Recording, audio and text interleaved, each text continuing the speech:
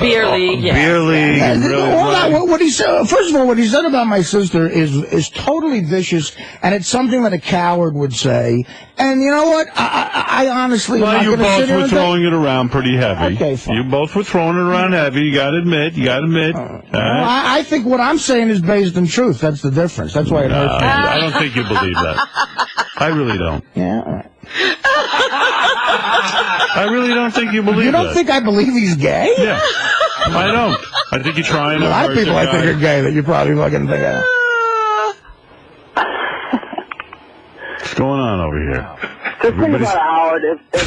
This is a crazy show. Let the caller talk. I'm sure he'll fix it. If really suck, and all the producers in Hollywood hear that, they're not going to want to hire Artie for anything. They don't want to hire me anyway, dude. First of all, everybody in here is afraid to give anybody a compliment. They liked Beer League when it came out. This guy has to come in here. You know what? I'm guaranteeing no fag liked Beer League. We make fun of fags in it. Whoa. Are you supposed to be using that word? Yeah, I mean, every minute with fag. I haven't done it yet. You were cutting a public service announcement. Well, I didn't cut that yet, and if they're going to make it retroactive, I might owe them about $8,000 right now. Right. But I haven't cut the public service announcement. Gee, I got uncomfortable during that argument. That was very uncomfortable. I got very comfortable. I felt very bad for both of you. Well, I mean, look, he said some awful things, and I said some awful things. The minute he waved the sister flag, it's like Artie is very protective and loving of his sister, and I admire her. But it's like, you know what, Fred, and I appreciate you saying that, but a guy like him saying he's not going to fuck any girl. He couldn't get hard for a girl. You know what? It's like, so it's based on... Why don't you guys make I want a list of the chick he fucked. The list of a chick? Yeah, there's probably a chick. The guy's not a lady. He hasn't gotten a lot of girls, but he probably likes... Not a ladies' man. There's only one other option. Come on. Animals. Come on. What are you doing? Yeah, he might... I wouldn't put it behind him. Bestiality. Come on. And let him sue me if he thinks everything I say is fact. I think you're a fag, Mike, and I'll say it to your lawyer. I think you fucked You're off.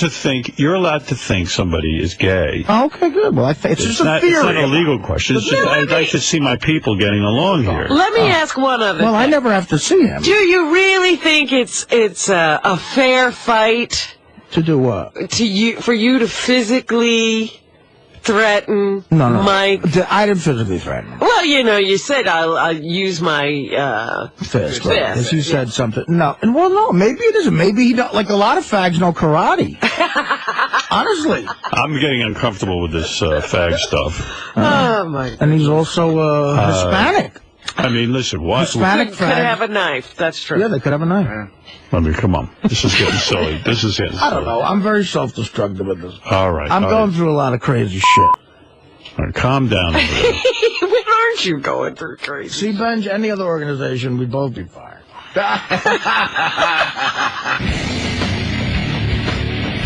Mike, come on, man. Why are you getting so riled up, man?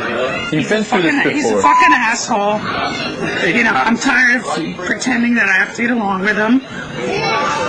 That's it. What else is there to say? But you guys have had fights in the past. Why are you letting it get to you so much this time? I mean, I guess he's allowed to say whatever he wants. I have to put up with it, and whatever, I'm not going to pretend anymore. He's a piece of shit. He can burn in hell for Why are these comments hitting home so much, though? You're really getting it.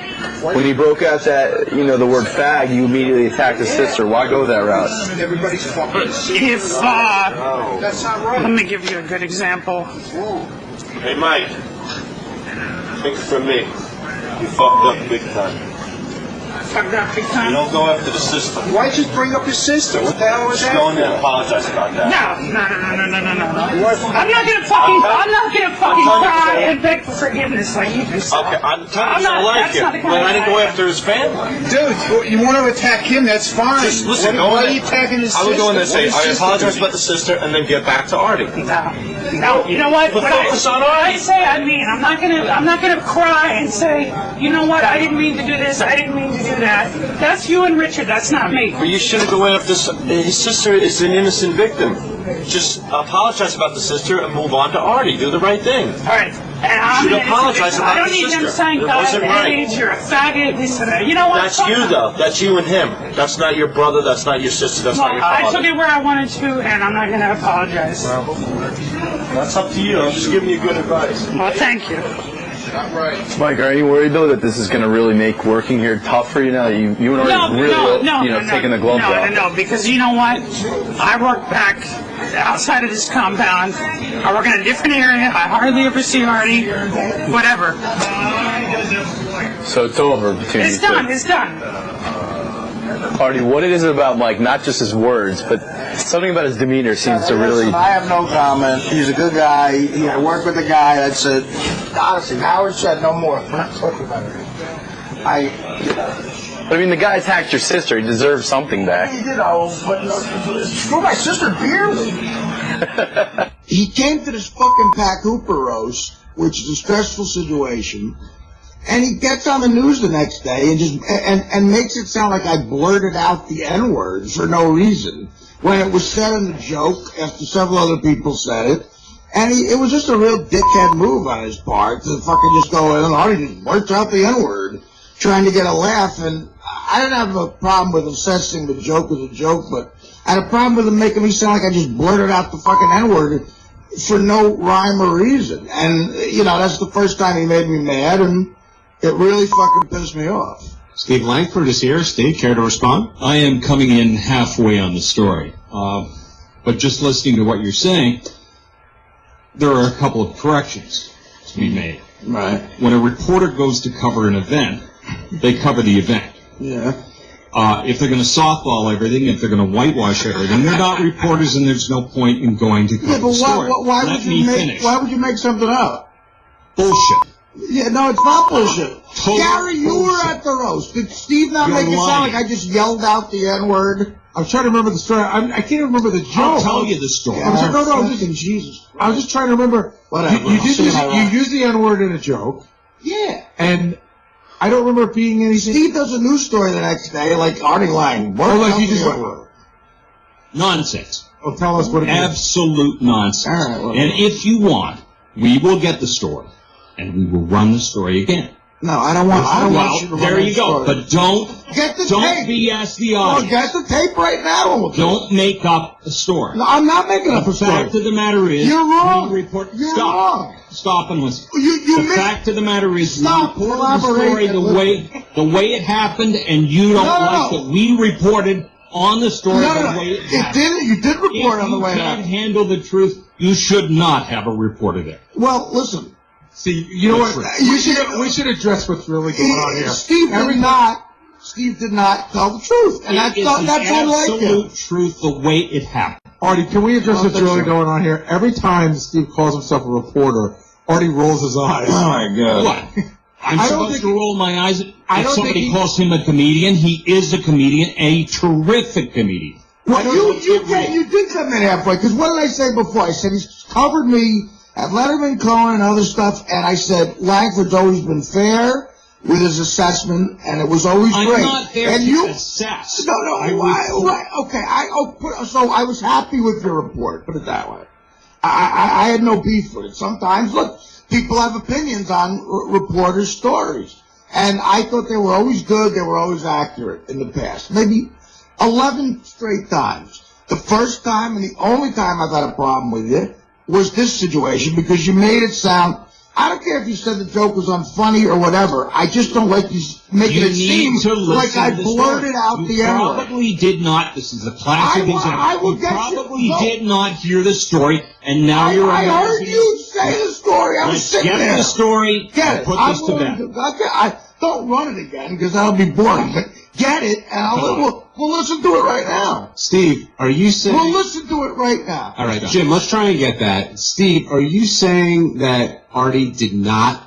I mean, Artie's saying he didn't do that. He didn't blatantly blurt out the N-word. Did you say that? He's misreporting what went on the air. What did you say then? I don't have the script in front of me. I would have to go to my computer and get you the And I'm exact perfectly script. willing to listen to But it the fact- as my memory- argument. My memory is that you told a joke, which was not completely dissimilar to what Pat Cooper did later.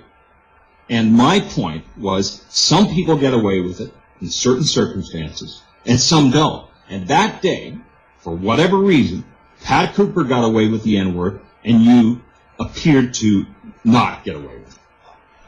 That's just, I mean, that's your... That's an interpretation. Yeah, that is. And it's also a reporting based on who laughed and who didn't. No, but Steve, no. See, that's funny because you would have had to tap all 500 people on the shoulder. Yeah, I gotta say, okay, but if a joke, if Artie used the N-word in a joke, right, and a lot of people didn't laugh, right, does it mean that the joke wasn't funny? Or does it mean that Artie was being racist? I'm not sure what you're implying. Let's go check what the script is. Art, do you know, was it the midget bit? Or do you know what the bit was? I forget. But it's a bit, again, he's judging comedy. It's a bit that I destroy with 90% of the time. Yeah, I've seen Artie use the N-word, and it always gets a laugh. Yeah. Were you there? No. Thank you. Yeah, but again, Steve, all right, whatever. You don't want to admit that you're wrong. No, so check the tape. Let's check it. We're getting Jim's going to look for it. It makes me sound like I was being racist. And that's the problem I have with it. Steve, not what we report. Was Artie, do you think Artie was being racist? Absolutely not to my recollection. He was attempting a joke, which flopped. Again, I don't care about that. I would have, look, that would have been better to say if you wanted to say. That's what we said. That's not what you said. It's not what you said, Steve. It's not. In fact, didn't I talk to, there was a gentleman on the dais as well that I spoke to who gave his reaction to I think it was your joke. I think it was a guy sitting next to me, James 𝗏𝗏. No. I forget who it was. I have to get the script. All right, while we're trying to get the tape, let's take a call. Steve, I don't care. You're not funny. I'm funny. You listen to me when it comes to jokes. I'm not supposed to be funny. No, good. Well, listen. But I do report what happens. That pissed me off. Sometimes people get pissed off when we report what happens. No, Are you saying the truth hurts? That happens a lot. Are you saying the truth hurts? It does. Well, let's not get into his tie. Oh, come on. Let's talk about that. Steve, check out the outfit here. Steve, you're a creepy Canadian nerd. Now, when you say creepy, you have declared creative bankruptcy. The fact of the matter is, creepy is a word when you don't have any more material. I find you to be one of the funniest guys on earth. How about but when you say creepy, you're losing. I thought the word was fuck when you don't have anything else to say. It's a nerdy fuck. But Steve, you're sort of it's coming over now. You're sort of critiquing Artie's comedic ability. I mean, on this show. I mean, you're asked. We're talking. No, again, I don't have comedy is, people's opinion. I have a problem with making it sound like I blurted out the N-word. All right, so we have the story. So why don't you guys... I have not heard the story. This is the story. This is the news story. Right. Okay, let's just get to that part and then we'll cut it right there. Hey, guys, okay? let it play and let John and I evaluate, because you guys are clearly too close to it. All right, Teddy, hit. Make all the Pat Cooper jokes you want, but more than 1,000 people jammed a massive New York hotel ballroom to pay tribute to the guy, and he did not disappoint. After enduring a nearly 3-hour-long program, including lunch, followed by a savage psychological beating by a dozen merciless comedians, 78-year-old Pat Cooper got up and killed because of, or in spite of, his rant against political correctness. Cooper screaming the N-word over and over, yelling, "Who the F says he can't say the N-word anymore?" The mostly suit and tie crowd eating it up, but the N-word getting a shakier reception when Artie Lange unleashed it in his set. And when Artie said Bill Maher had just written a book in which he calls Richard Belzer an a-hole, which he said is kind of like Gary Dell'Abate calling ex-boxer Michael Spinks a monkey, Artie said, the reaction was somewhat uncomfortable, particularly since Spinks was sitting on the dais. Howard 100 News speaking to Michael Spinks after the roast, who said he took absolutely no offense to any of it. It's comedy, he says. Pat Cooper closing the roast, calling it an honor to be the Friars Club roastee, joking he still thinks somebody else dropped out, but concluding this is a day he swears he will never forget. For Howard 100 News, I'm Steve. So, Artie, I think that probably what you're mad about, if you listen to the story, he doesn't imply that you're racist. He implies that your joke wasn't funny and it made people uncomfortable. But I think that you're probably upset about when he came in to promote the story that morning, are you saying that it was convoluted and no? Could you follow what he's talking about? He's saying that Pat Cooper used the N-word, people laughed, and you used it, and they didn't, and it made people uncomfortable. Well, you know what? I don't think that's right. Say the joke I said or something. See, like you did say the joke. I did say. No, you didn't. You'd say the N-word joke I used. I also agree with Gary that I think he was alluding to when Steve came in and promoted it, and when he talks about what's coming up on the news, and I go in to say what's coming up on Wrap Up. I do remember, but I do remember Steve saying something along what Artie's talking about, along those lines. My problem with that is he made it sound like first of all, Pat Cooper didn't kill. He absolutely no, he didn't. Secondly, people were squirming when he said it. Even more. Of course, but they were laughing. No, they weren't, Steve. They weren't. No, I was there. Whatever. Steve, listen. You should have said the joke I said instead of just saying when Artie yells it out, people are offended by it. No, that's what you said. I outlined what you said. Let's play it again. You didn't outline what I said. You didn't repeat the N-word joke. Let's play it again. The monkey joke is not the N-word joke. They are separate jokes, I believe. Of course they are. The monkey joke about Michael Spix and me is a joke, right? But it's not the N-word joke. In other words, right, but I don't know. In other words, if you had told the N. To us, he asked us to work with him and do shows with him, and that's great. And we all bust each other's balls behind the scenes, but when he's on the air and stuff, he takes shots at us, and it's like, this is, we're doing a comedy tour. It's like you're sitting there saying that basically we suck. No, you're trying to sell tickets. I don't know if that. You work with me all the time. Why would I put you on the show if I think you suck? Well, that's what I was asking myself when I heard you make that comment then you yesterday. might come to the conclusion that I'm joking around. But why do you have to do it on the air all the time, man? No, it's the same thing with 𝗦𝗵cie. A couple weeks ago, you said the same exact thing about him. The hat pack was a new thing. I thought that was funny.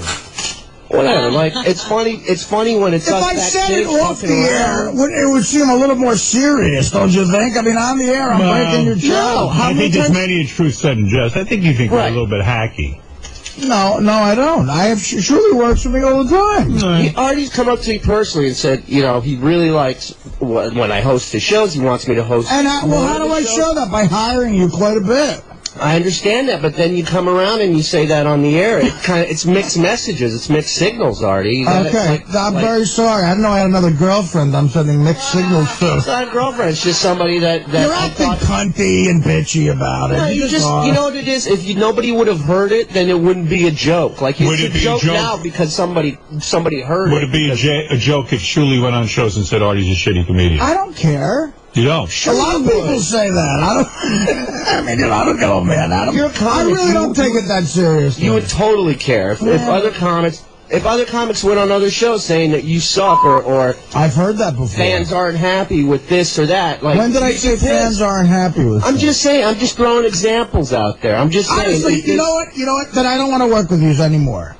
Well, whatever, dude. You say. Now I don't want to work with you anymore. But you just talk yourself out of work. It's not about work for me. It's about me getting across the point that either you're with us or you don't want us with you. I don't really think about it that much. Well, but dude, it's kind of a shit move when you sit there and you go, "Oh, you guys want to come play Detroit with me?" And then you go, "Oh, by the way, come buy your tickets for me in the Hack Pack in Detroit." I didn't say that. I was in the Hack Pack. But that's the kind of pitch that you throw out there. It's only the Hack Pack when you guys are by yourselves. Whatever, dude. You're acting like a broad here, man. You really are. I'm a comic. I take offense to when somebody calls me a hack. I know. Okay, sorry, man. Who's the funniest member of the Hack Pack, as you call him? Funniest member? Well, Beetlejuice, probably. I don't doubt that. Is Bob He's funnier on every show. Who's funnier, Shuli or Reverend Bob? I don't know. I got to think about that. Oh. I don't have an answer. There's no black and white answer to that. But Shuli's really pissed. I can tell. It's just frustrating, man. I've been doing stand-up 13 years. It's not like I just started last week, so it's frustrating when when somebody I respect like Artie says stuff like that, you know? Well, then listen, we should just part ways then. Well, but I'm not the one going on the air talking shit about you. You're the one talking shit about us. Would you prefer it if I didn't give you work and I went on and said you were a great comic? Artie, this has nothing to do with work. This is just me coming to you as a comic to another comic saying, hey, man, that wasn't cool. It has nothing to do with work. I appreciate all the work you give me. I always say thank you every single time. I think I do a great job for you. It has nothing to do with work. Okay, man. All right. Whatever. Fine. Okay. What do you want me to do? I just wanted to state my case. I just wanted to tell you where I stand. That's all. I understand. Okay. Thank you. Shalee's like a chick. He really is. They all are. He's like a woman too. I mean, if we sat there, if we got on the air, play the tape of me on that show. It's so joking around. But Artie, you don't understand. There's a huge percentage of people that listen to this show that whatever comes out of your mouth is gospel to them. Okay, this is the same argument. This is the same argument like the last roast. People were afraid to laugh at jokes about me. No, I don't even know what. I don't know what that is. So ridiculous. It's Artie. It's absolutely true. It's so you think it's affecting your business? You guys do a lot of business. I thought. We do a lot of business, so but when you go on the air and go, these guys are a hack pack, that's not an advertisement saying it's a great show, go buy tickets. Mm-hmm. Is it? No, I mean, I'm kidding around. I tend to... But what I'm saying is there's Ralph, what do you think? Sometimes on the Raw Dog Comedy Channel, sometimes I joke around. Go ahead. What? Shirley knows the thing. Is it Artie's job to do advertisements for you? I mean, he's making a joke. No, but does he have to put us down? Shirley, just let me get my point out. I don't see how you guys can sit... First of all, Artie, the hack pack, that's brilliant. I mean, whatever. I don't know how you guys... You bust balls, and that's what you do. And I think anybody who listens to this show knows that. It's like, do it off the air? I don't get what you're saying. No, I mean, it's busting balls. But we do it in a way where it doesn't affect business, dude. It doesn't. We're all on the same team, man. We're all on the same team, bro. We're all working together. Why would you hammer somebody on the air and say something that's not necessarily true? But Artie puts himself down. But you sound I put myself down too. All the comics put themselves down. Julie, you sound whiny. You come off like... Ralph, if anybody would know what a fucking cunt would sound like, it'd be you. So just keep it down. No, don't do that. Don't call me a cunt. That might affect Ralph's cunt business. Sorry, look, you know what? I could easily smile in somebody's face one day and then go on the air and trash them, you know, which seems to be the MO around here, and I'm not going to do that. If you said Ralph was a shitty stylist, he'd be upset. Oh, absolutely, and I told him that. Oh, sure you do. Sure you do. You could say that. Ralph, you remember when we first started, when you first came up here, before even Howard was on, the serious news team was here working. Ralph gets out of the elevator, one of the reporters goes to interview him, and she goes, wouldn't fucking cunty, tear Get under 6'7". You. I may not really go to a 𝗦𝗫𝗿𝗿 farm. That was a joke, too. You are the biggest mama's boy. Talk about cunts. You. Mommy. You'll never have a wife, Artie. You'll never have a wife. You are loyal. You're not a good friend. You do something good one day, and the next day you pull it out from someone. I wasn't going to call, Artie, but I had to call because you are so unloyal. It sickens me. Marianne, part of the smelly cunt pack. All right, there you go. Hey, Howard, can I say something? Yeah, let's go to Mutt for 1 second. Okay, Mutt, sure. go ahead. Hey guys, Shirley, why don't you guys busting my balls on the way I run my website and host my show this weekend? Were we busting your balls about the way you run your website and how you host your show? I guess so, yeah. I mean, it was all in good fun, but basically that was an attack on me saying I don't let people have opinions. But do people pay... Hey, Shirley, why is that okay? Why do you attack Mutt? It's going to make him feel bad. Right, well, I know Mutt's a celebrity, and I apologize. Well, Mutt is a celebrity on the show. Now you're good. I mean, Shirley, what kind of celebrity are you? You're as big a celebrity as Mutt is. I don't even see myself as a celebrity. Well, what are we talking to you for? Well, good question. Why are you having me on your fucking shows then? I don't know. I hired a guy a bunch of times, and he's pissed at me. Well, yeah, because Artie, let me ask you this. Mutt's making a good point. Everybody is getting a little, I don't know, dude. What does the word hack mean? This hack thing, you guys don't even know what hack means. Sal uses it. I don't think you know whenever what Sal it uses it, he uses it in the wrong. It's so funny. No, he uses it on you. It's right. But it is some part of Mutt's livelihoard when you sit there. Of course it is. Mutt's life.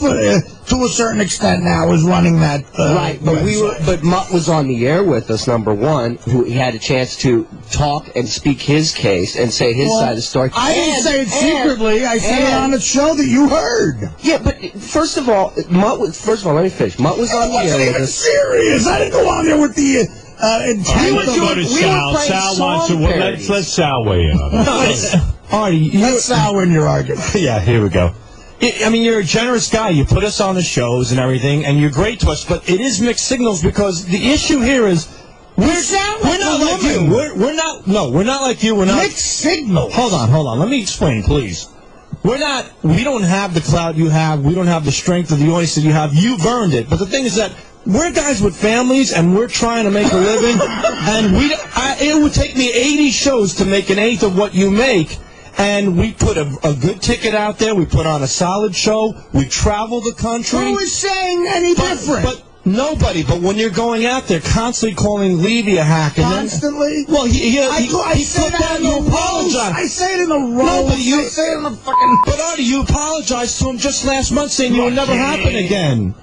So I'm just saying that we put on a good quality show for the fans, and we're there for them. And with you saying hack pack, it doesn't help. All right, let's move on. Let's go back to Steve Langford. Shuli, thank you. I respect what you have to say.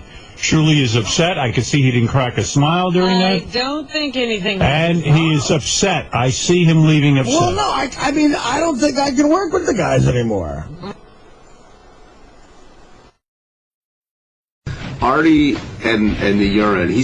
Artie says that not only did he purchase urine for a upcoming drug test, if that ever happened, but he said he had a drug test, by the way, that he asked for. But he said that he had it on him the day it was being discussed. Where does the truth lie, Gary? Well, I know that's a tough question when it comes to Artie. I just know what I hear in the office. So I'm sitting there thinking, like, Artie's out of his mind. This is crazy. I can't believe it. And then I hear somebody say, how do you know that you can believe what Artie just said? Which I hadn't thought of. Some people think that the story he told today might not be true. Oh, that he didn't even have the urine? He was just telling a great story.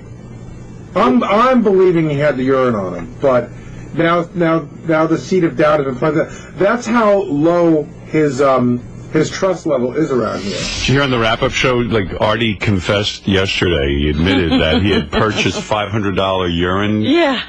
And now, I overpaid for it. But everyone's saying that's a completely made-up story. I think so. I think they're right. And they went back and checked the tape to see that day if Artie really did have urine in his pocket, if there was any detectable bulge. There was a bulge. Yeah. Everyone's not... I guess your credibility is not... I saw Gary wants me to be completely honest about everything from now on. Okay.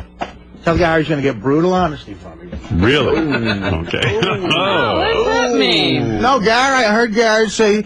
I mean, I'm really pissed off at Gary. Well, he says a blanket statement. He believes that cunt reporter when she goes, "Oh, Artie said he'd just lie to you if I didn't jog with him." You think I give a fuck if your monkey ass knows if I jogged with the fucking reporter? It doesn't matter that, Artie. No. Gary makes blanket statements like, he lies about everything.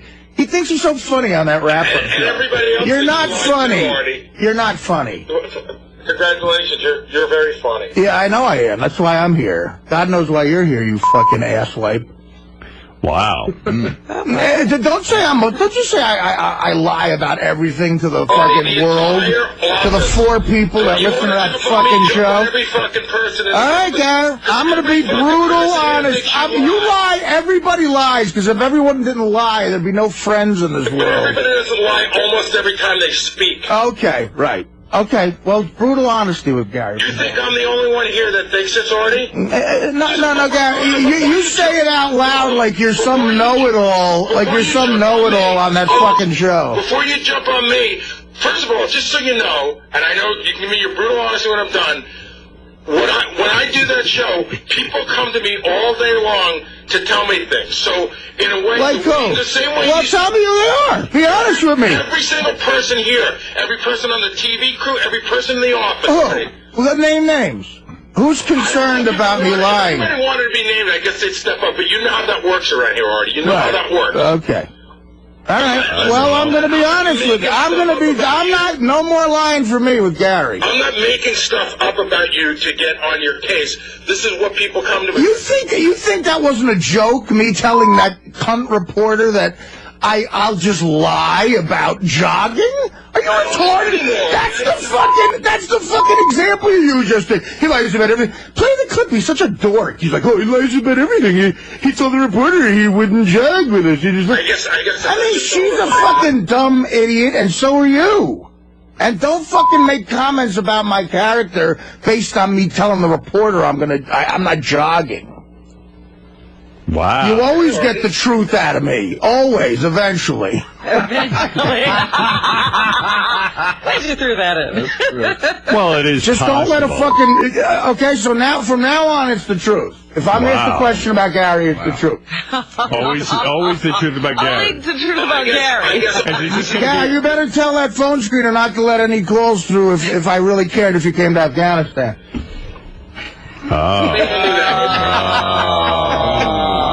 Or on the private jet to the crafts. Guy got a lot of laughs in Afghanistan.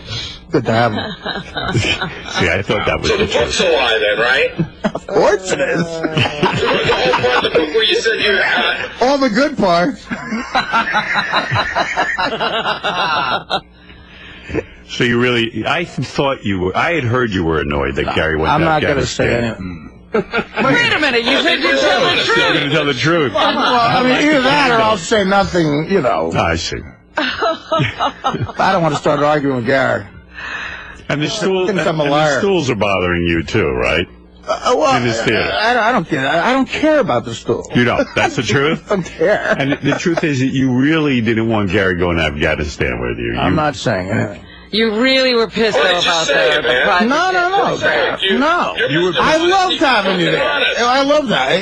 Those old jokes Levy gave you were great. Be honest. Oh, you beat Mr. Fucking Honesty. No. Well, you started it. Play the clip yesterday, Gary. You take it a little. Yeah, I'm sick of being a punching bag with you people with this liar bullshit. Dad, play the clip yesterday. I'm sick of taking that shit.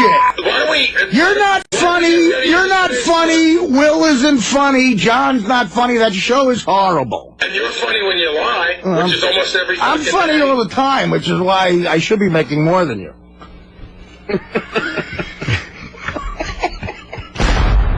I don't know that you're not, but who knows if you should. I know. I saw it. Let's not base it on how when everybody shows up at this place, because then you shouldn't be making anything. Yeah, right.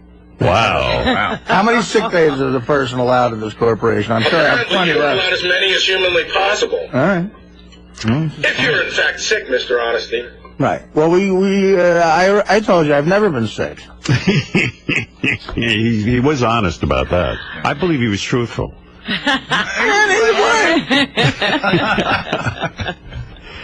Well, I don't like to see you boys fight viciously like that. Well, play the clip. You'll see why I should be annoyed. What is this clip, by the way? Gary gets on that fucking high horse in that wrap-up show and just like, he's the king over there.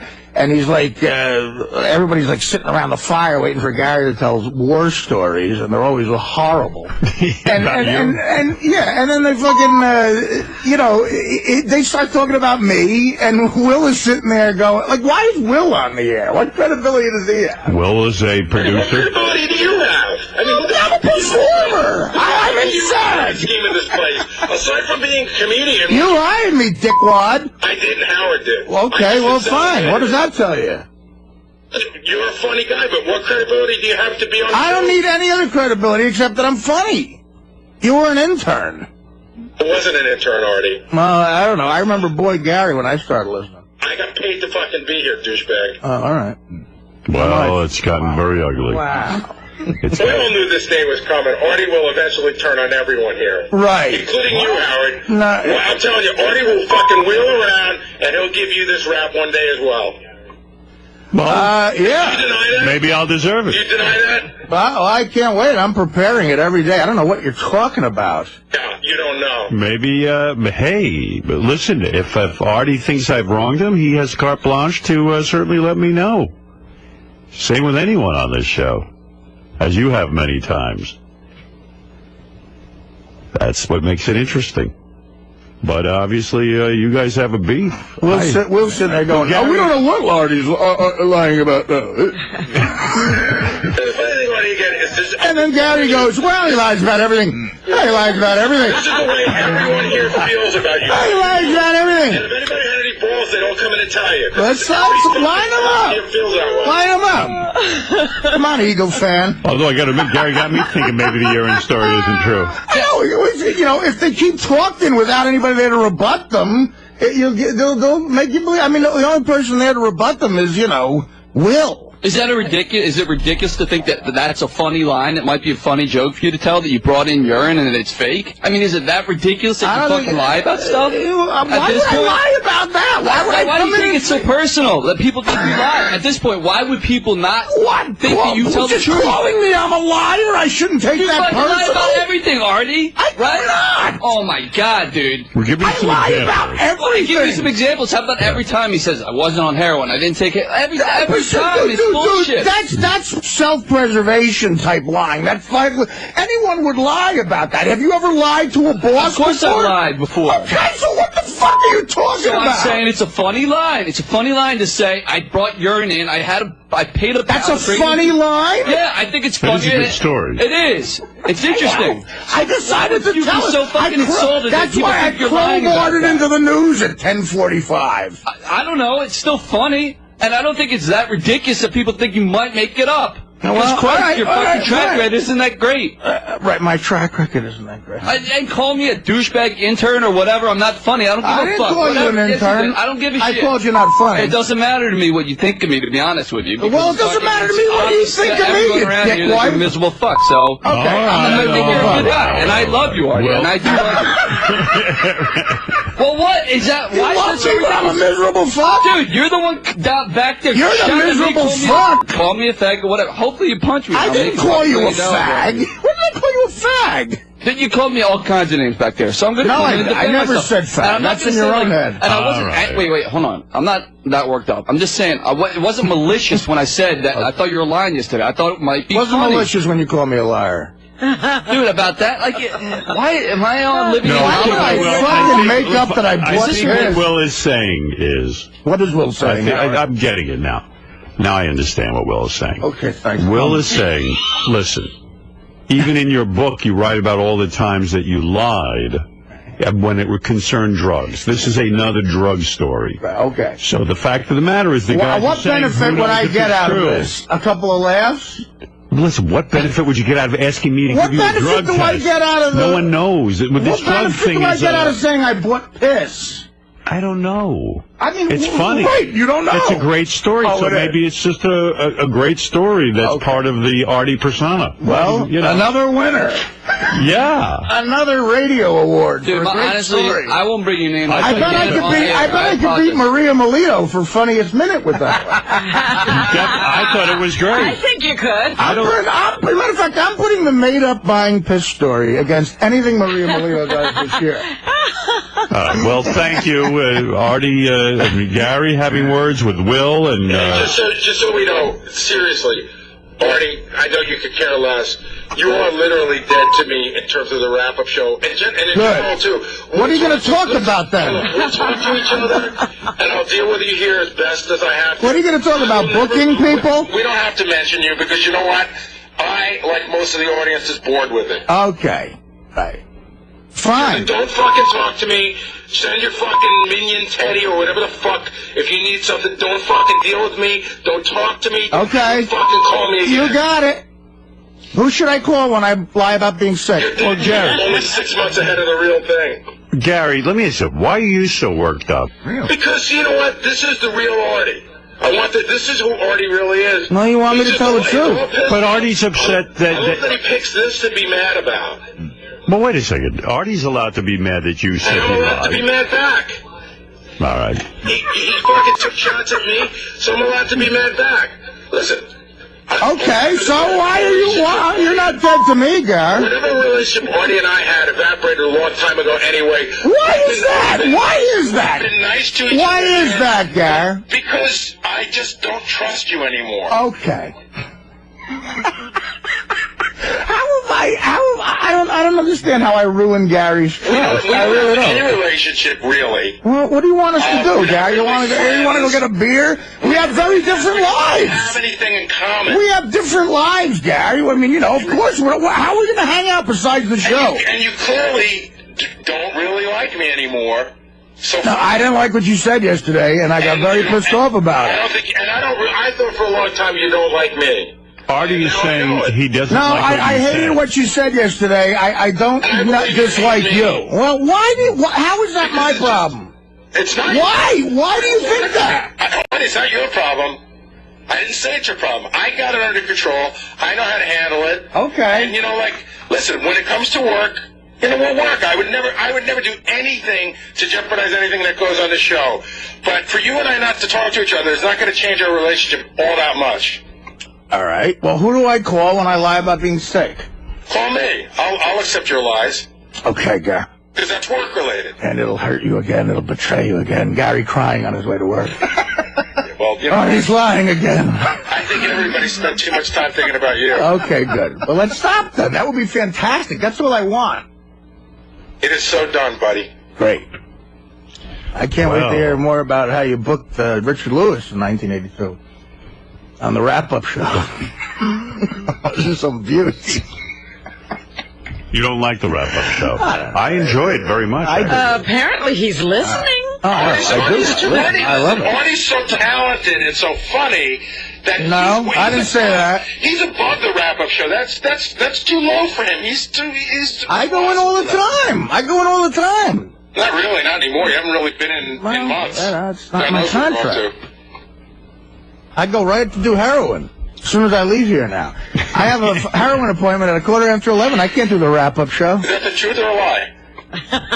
That's a joke. You couldn't tell a fucking difference. I know, because I'm beneath you. No, because you're horribly unfunny. But I think you're a nice guy. I'm beneath you. No, you're boring and unfunny. You're not beneath me. Was he boring and unfunny in Afghanistan? Oh, my God. I'm glad Nick DiPaolo and David Tell had a few less minutes on stage. Wow.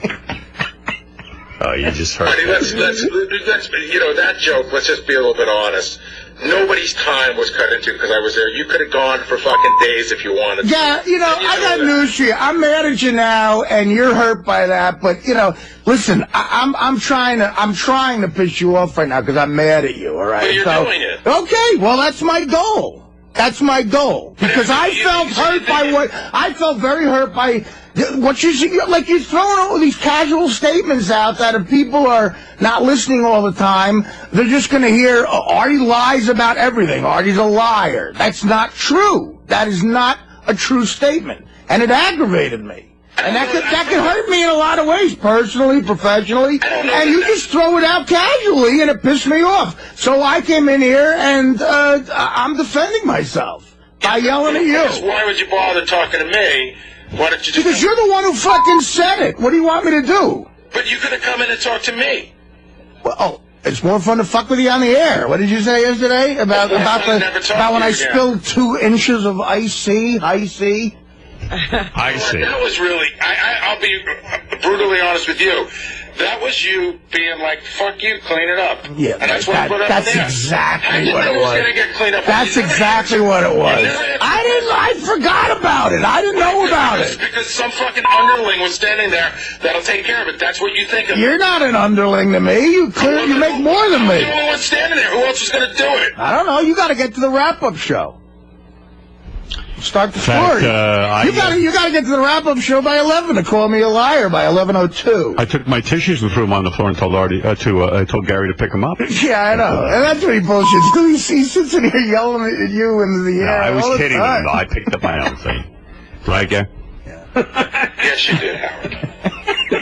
What about when you made him go get your cum rag at your house? That was necessary. He volunteered. He didn't make it. Here's another one of your lies. He didn't make me. I volunteered to do it. I'm sorry, that was a lie. Any man would want to touch my cum rag. He trusted me, and I said I would go. Right. He didn't make me do it. No, any man who you'd ask to do that for is making you do it. He didn't ask him. I didn't ask him. Yeah, I know. Gary went to go, I mean, is there anyone else in the world you'd ask to do that for? But he didn't ask me. I know. You were just being a good producer. He said, I got to get rid of that thing, and I said, I'll go take care of it for you. When you had lunch with Rob Burnett, did you ask him if he ever got Dave's jizz rags? I know I haven't had lunch with Rob yet. But you had lunch with Rob. Hey, do you know about this? Gary, in an effort to He's prepare... preparing for the future. Oh, my God. What is now happening? Why don't you go to a bread line? The future that will never have food already lying. I'll be dead. We all know that. I won't only be dead to Gary. I'll be actually dead. That's what Gary said. You have 6 months anyway. You might as well be dead to him now. Right, that's nice for Gary to say that. The only difference to Gary insulting me and me insulting him is when I do it, it's funny. So people remember it. He tells me I have 6 months to live. That's fantastic, Gary. Thanks. You practically write it in your book. I know. How many times in your book do you say, I can't believe I lived to be what I am now? Well, listen, dude, I don't know. I question my mortality because of how I've lived. I agree with you. I'm going to tell you something. As mad as you are, Gary, I can tell, I know you guys have differences here now. But Gary is so upset about you because he loves you so much. Now, you're never going to get that. But maybe I'm upset because Gary... Look, a lot of people said shit in that room. Yes. And a lot of people make accusations. Of course, Will is right. I don't care about him. Right. But Gary, I do. Of course, it hurts more with Gary. Gary's a major reason I'm sitting here. He's a big part of my career. And he means a lot to me. His opinion means a lot to me. At some point, Gary, I think he got in his head that for some reason I don't like him or whatever, and he projects that on me, and it eats away at him, and I think Gary changed our relationship in his head. So every time Gary says something like that, like I'm a liar, I go, I heard that in the car yesterday, I'm going, God, does Gary really fucking think I'm just a blanket liar about everything? That hurts. I think he thinks anything drug-related is a lie. Well, listen. No, he was saying everything. That's what Artie is objecting. You're right. I mean, I'll admit to that. There's been times where I did heroin, and I said, no, I didn't do heroin. There's been times I was pulled over speeding by a cop, and I said, really? Was I doing 80? That's what happens. It's life. You lie about shit. You're right in Gary's case, and Artie's right in his case. He's so angry at Gary because it matters to him. You don't get angry about people that don't matter to you. Right, that's right. It hurt me a lot to hear him say that. I don't care. Everyone else in that room is, first of all... Is this the makeup phase? Because I like the arguing phase. I know. Well, I'm not ready to let go of that. You love that more than anything. Well, you brought it up. You brought up that Gary is hurt. I mean, Artie lied about seeing a shrink for 6 months. I know. That was work-related. How is it work-related? Were we going to fire you if you didn't go? No, listen, there's people in my life... lazy-related because you didn't want us to break your balls, but we weren't going to fire you. Well, I'll certainly admit to being lazy, but... You guys, here's a bulletin, guy. You guys aren't the only people in my life that are affected by that. I didn't, my mother was comforted in thinking I might have been doing that. So, like you do to your parents sometimes, you lie. But now you admit that your lies are wider than just drug-related. No, the shrink is drug-related. It all ties into, if you want to call it a disease.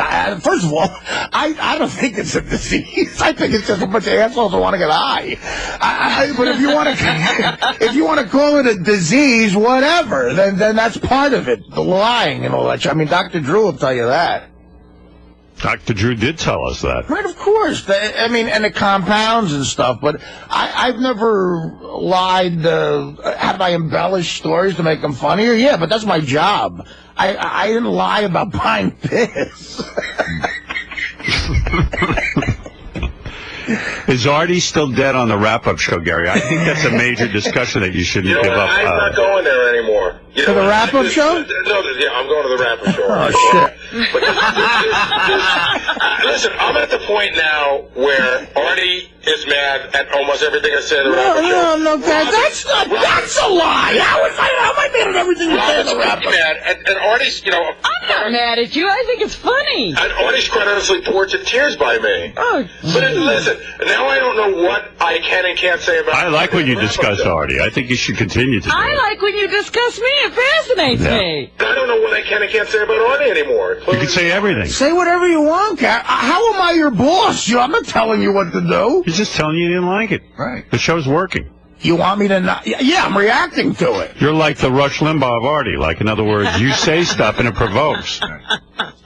It's a provocative show. You've gotten a response. It means it's not boring. Artie's your Democratic Party. You know what's so crazy about Gary, too? He's in this cloud about my opinion with the Afghanistan shit. We were over there for a week. Right. He knows how much fun we had together. He knows it was good. He was there, and he still doubts it. You know what I mean? It's like I doubt it because I wasn't there. Right. I mean, of course. Hold on. You didn't take a shot at whether we had fun or not.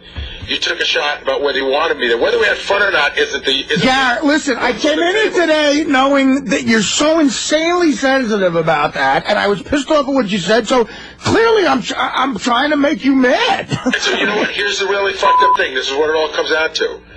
I don't know whether to believe you right now. I swear to God, I don't know. I don't know what the truth is. Did you really like having? I think he liked having you in Afghanistan. I think Artie sees that he upset me so much that now he's reeling it in, and I don't know. Listen, man. The truth of the lie is anymore. No. I did upset you. Mission accomplished. Did you mean it? Yeah, listen, man. Did you mean it, Artie? If you can't tell whether or not if you can't tell whether or not I wanted you there by our experience there together, then that's fucked up. I mean, maybe you didn't want him there, and it turned out better than you thought. Right, that's the whole point. I don't doubt that we had a good time there, but I'm still not sure that you wanted me there. Okay. Did you want him there? Yes. I don't think that's honest. Oh, boy. I gotta go with Gary on this one. Come on, be the brutally honest guy. You're a better You said you were going to be actor than brutally honest. Be brutally honest. You did not want Gary in Afghanistan. I'll tell you what. It's fucked up because we were just arguing and yelling, but I did want him to come. I believe you're being truthful. I don't know. I don't know. He's being deceptive. Do you want to take a lie detector test on that question alone? I'll take it. You will. Sure. You will take that. Because I just want editorial in here for any reason. Right, me too.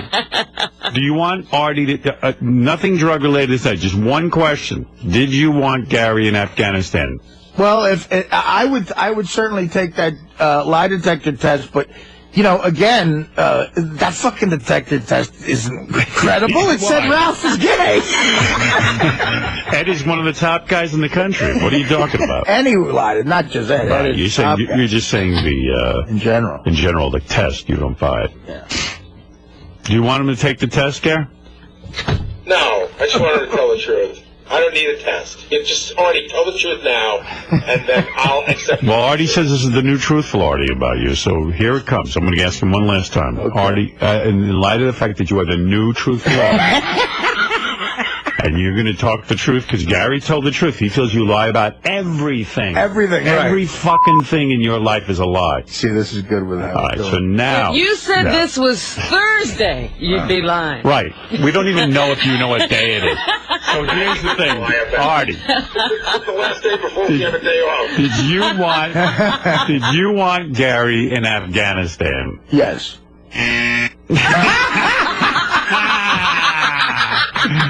You know what? He gave me this smile too before he said it. No, I did.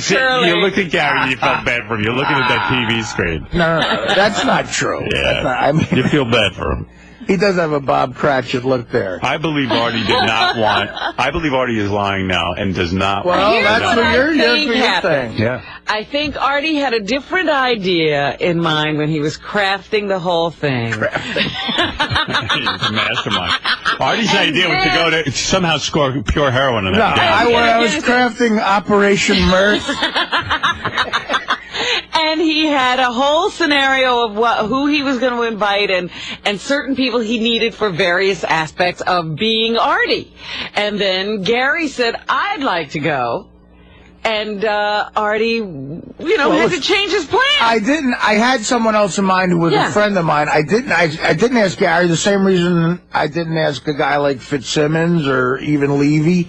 They have kids, and I just try, I said no to kids. But Gary was aggressive, and he brought it up. So I'll say that I did have a friend of mine to come. Right. But when Gary wanted to come, that took up the other seat. And look, Gary is a guy known from the show. Anybody who's a fan of the show would love to see Gary. So, well, there you go. So, The friend wasn't going to perform, correct? No, he wasn't. That's important. In other words, I didn't take up a performer's spot. Right. He wasn't performing. No. But let's face it, your friend would have been a lot more fun than Gary. Quite frankly, my friend might have got lost in the poppy fields. I don't know what Artie's friend was going to do there. Artie was sleeping most of the trip. Yeah, well, that's not a lie. So how about the Crafts? In the beginning, how about when the owner of the New England Patriots? Right. I want the truth now. Okay, I'll give you the truth on all this stuff. When the Crafts, yeah, that's the Kraft family. They hired you to do the birthday, and then all of a sudden, Gary somehow glommed on. Well, I'll be dead honest with you here. I was actually thrilled he came because it was someone to make small talk with them. Right. I didn't know them that well. Right. So you liked when Gary was the guy was. That's something I would have asked him to do. Can I tell you why I decided to go? They sort of asked. What are you doing in here? Well, because I think at this point I'm pretty sure Artie's not going to throw anything at me. Yeah, go ahead.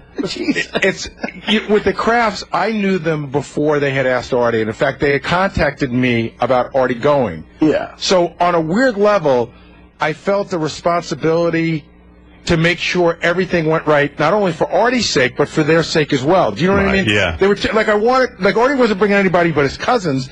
And I thought Artie lies about everything, so he might not have shown up. But no, it wasn't that. I just knew that. That's something I show up for. No, I knew Artie didn't know them. Right. I knew that he was there to perform, but that it was going to be a private party. That was very helpful. I did it as much for the Crafts as I did it for Artie, and then absolutely a part of it I did for myself. I wanted to see what was going on up there. It was an interesting, it was a private jet back and forth. It was fun, but I would have been in a bit of a disarray without Gary there because I don't like making small talk with people who I barely know. Was there anybody you had to kick off the plane this time? Because there was plenty of room. No, that was sounds like you two were back to being buddies. The worst thing I did on that trip was that. Wow, we've gone full circle here. Is Artie alive again to Gary? I don't know. He's got a heartbeat. The worst thing I did on that trip to Artie was Artie's uncle and I watched American Idol on the plane. He looked at us like we were a couple of homos. Artie was like disgusted. Yeah. Me and my Uncle Tommy at least didn't watch it. But, look, all right, this might have been the quickest argument makeup in the history of the show. All right, well, there you go. You guys had a lot of bad words. I just can't believe that. Obviously, look, that's a sensitive subject, the Gary, the Afghanistan thing. I can't believe that whatever got in his head with that doubt is so there that we were fucking over there. Like, I can't hide disdain for somebody for a week. I forgot what. Not in Afghanistan. No, but I didn't think you had disdain. You're missing the point. I didn't think you had disdain. If I resented you for any reason for coming and taking a friend's spot, believe me, it would have come out when I was on the 15 Valium in Kyrgyzstan airport. It sort of did at one point. It did? Well, no, Artie got really mad at me at one point during the trip, and it got really ugly. That was very hurtful to me, too. Well, when was that? Oh, on the Valium? After the on the 40 Valium. After the night. You see, it was 15 Valium. It was 15? Oh, it was only 15? It was 50 Valium, 8 Ambien, and 3 shots of wild turkey. Oh, my God in heaven. What are we going to do? By the way, dude, I was kill an elephant. I was in Kyrgyzstan. Oh, my God. Right. How It's easy not to drink in 𝗛𝗵cie, wherever you guys go. How many drugs can you take? He has a tremendous constitution. Listen, the late John Belushi and Chris Farley had tremendous constitution. Wow. Everyone always says that. They were dead at 33. That's right. You've outlived them all. You're a better drug taker than they are. He has more tolerance.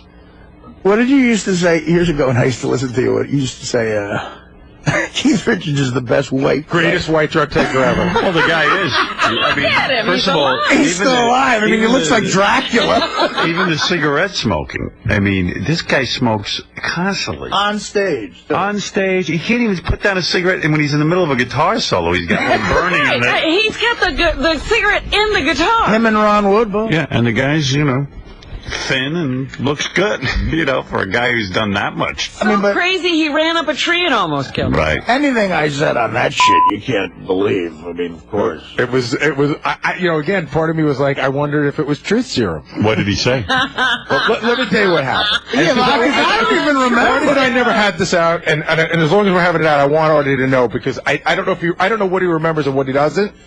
So the whole temper tantrum in the airport, I'm there also videoing everything. Right. And a couple of times I went to pull the camera out, and I go, you know what, man?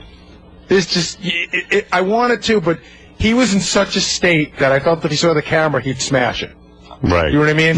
Because he was frantic and wanted to be out of get out of there, yeah. And you know what? We were all right behind him. Nobody's going to deny. We were all like, let's just get the fuck out of here. We were handling it much more professionally. Right. I was ready to pay what, $18,000 for a flight. Howard, the worst part of it was we walked right by the plane we were supposed to be on. Right. Like, we were on the tarmac, and we go, oh, there's our plane. They go, yeah, you can't get on that one. We're like, when's the next plane? They're like, oh, I think 36 hours. We're like, fuck, And this is after 20 hours of playing cards and killing time at Bagram in Afghanistan while we watched toilet paper get loaded. But why couldn't you get on your flight? Because it was the doors were shut. But I don't understand. Were you late? Yes, we barely made it. Like, we were. But that wasn't our fault. Oh. It wasn't our fault for being late.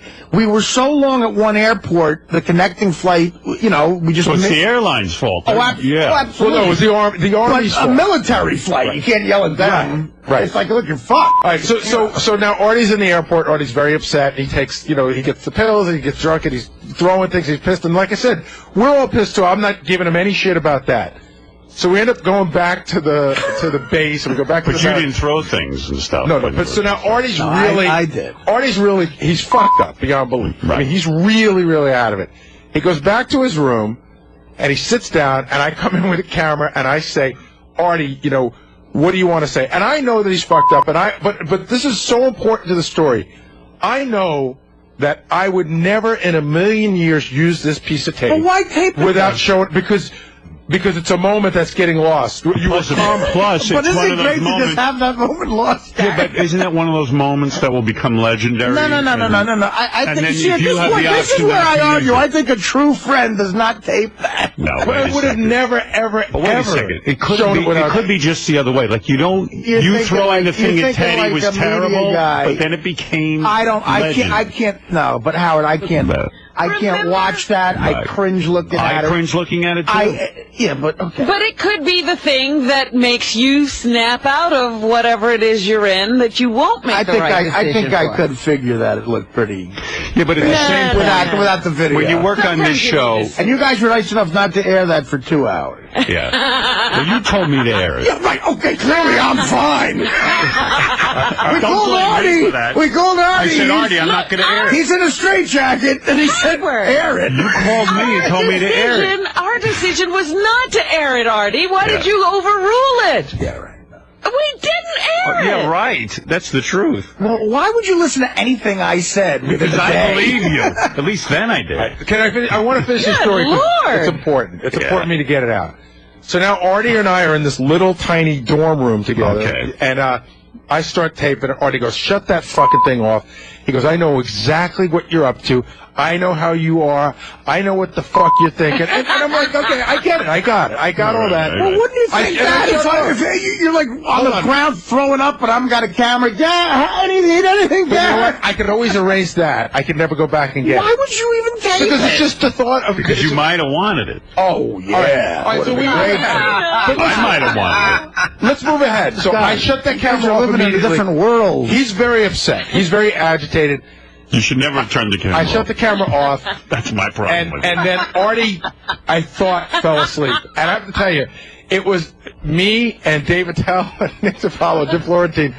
It's like 5 in the morning now. It's light out. we all tell Artie we're going to bed. We're like in 5th grade, so that Artie thinks that we're all going to our rooms, and then we agree that we're going to meet out in 5 minutes to go get breakfast. But we don't want Artie to know. We don't want Artie to know we're out. So we're standing out in front of the barracks, and we're all having this conversation like, oh my God, Artie's so fucked up. We're just sort of like, decompressing and everything, and all of a sudden Adele goes, oh shit, there he is. He's out. So Artie was out. It was like, fuck. And that's when, but I'll take care of it. Angie Everhart announced yesterday she is having a child. And doing a reality show. It could be Artie's child. So listen. If it was Artie's baby, it'd be fantastic. Here's the funny thing about that whole thing. As as I was, the Army guy that was with us, the Vietnam guy, Jeff Anthony, this black guy who could do like 1 million push-ups and sit-ups. And strong guy. And he just knows everything about the military, and he's just been there, done that. He was tolerant of a lot of our behavior, okay? And he tolerated a lot of from me. Right. But the one thing I remember of that man is he had enough of me. Okay. So back at the barracks, Artie wandering around. Right. I'm wandering around. High as a kite. Clearly up. Which that was their biggest fear in getting Artie over there. He really did tell them that he was fine. Jeff turned to us, and he goes, "You guys got to figure this out." Yeah. I'm like, you saw what we're doing. So I guess at one point he just got, it's like the Marine in him. Yeah, these guys aren't going to figure it out. This asshole junkie hippie comedian. So he went over to me, and this I do remember, and he grabbed me by the shoulder. Now, I only knew this guy to be a friendly guy the whole time. He grabbed me and he got me in like the mini headlock. and you make friends wherever you go. He looked at me and he said, "Listen, motherfucker, this is an Army base, okay? You get the out and go to sleep." And you listened, right? And I went right inside. I marched. You see, that's what you need. You need to join the Army. He's not yelling at that guy. Right. I said, if this 58-year-old guy beats me right now. I mean, did he see the tirade against Gary? Yeah. No, he didn't. Oh, he wasn't there? He didn't. It was just, it was Dave and Jim Florentine and Nick and, meanwhile, me and Attell had just talked for years. Me and Attell have always talked about how we want to get off booze and all sorts of drugs and everything on the road. And Attell, I think, has still been sober for almost a year. I think you cured him. Which is fantastic. But he doesn't want to drink again, he said. He had been sober for four months at that time, but the only thing with Dave is he smokes, I'm going to say 5 packs of cigarettes a day. I know. He can't get rid of that. But he also doesn't sleep much either. No, he's a vampire. Yeah. He is, and he's always been. That's why he's such a great comedian. Like on Easter Sunday, on Christmas Day, Attell had 5 spots at the Comedy Cellar. Wow.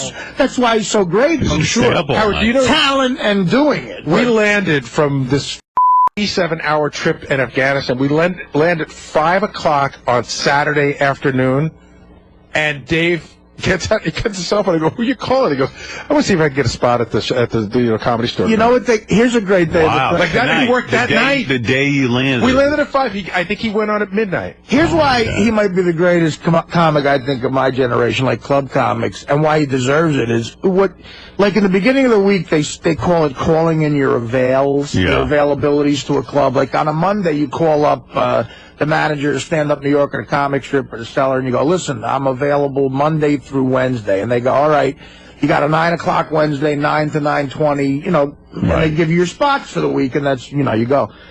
So, we're still in Afghanistan. We're in Kandahar, and Jim Florentine has a special cell phone that we can only use some of the time.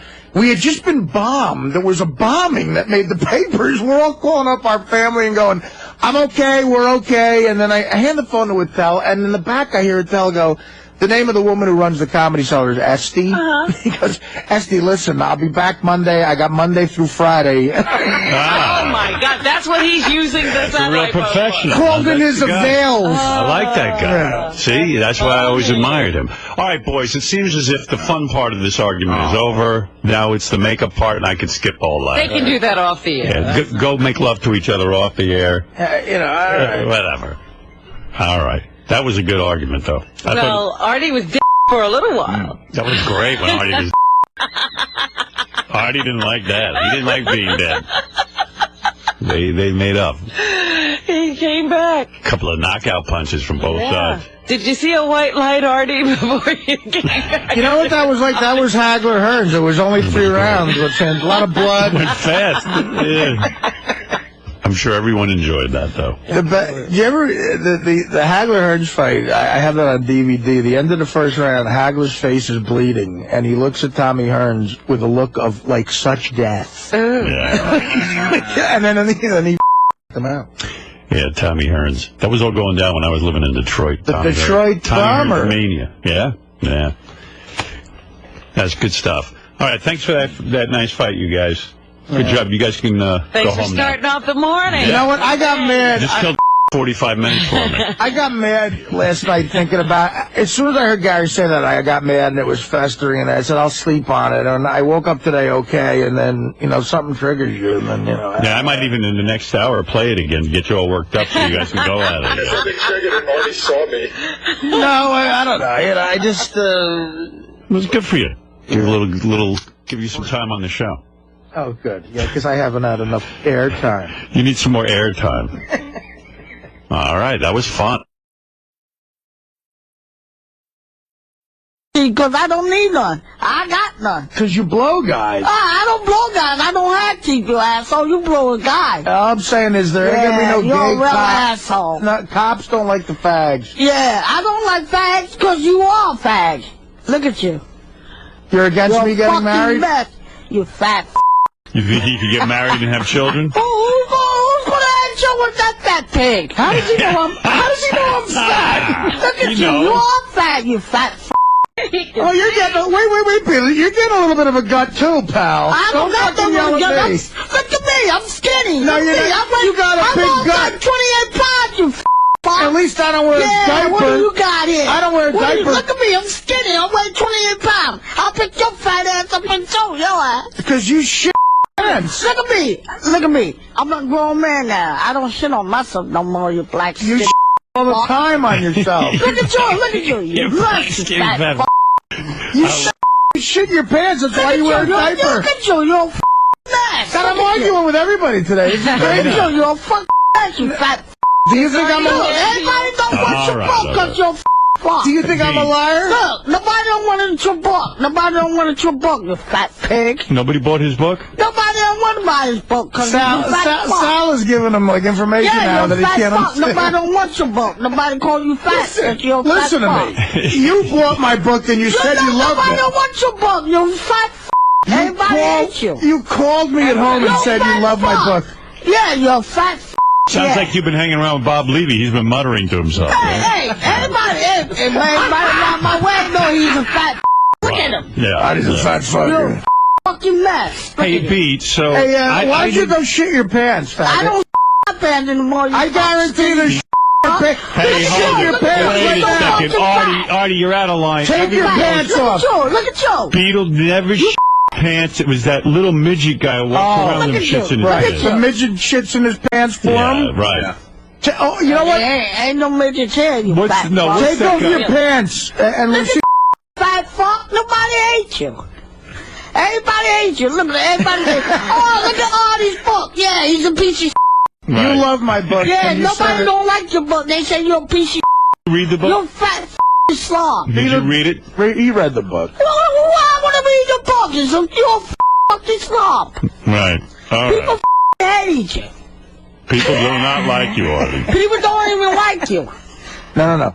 I first of all, nobody likes you. Fat ass. Nobody likes you. Hey, B, by the way, you know who don't like you. Artie, you're wrong because on the phone is Wood Yee. He says he loves Beetlejuice. Hold Fat on. people don't like you. Let's listen to what Wood Yee has to say, Beat. Hi, Wood Yee. You're on with Beetlejuice. Yes. Go ahead. Wood Yee? Oh, boy, he's gone. I thought he liked you.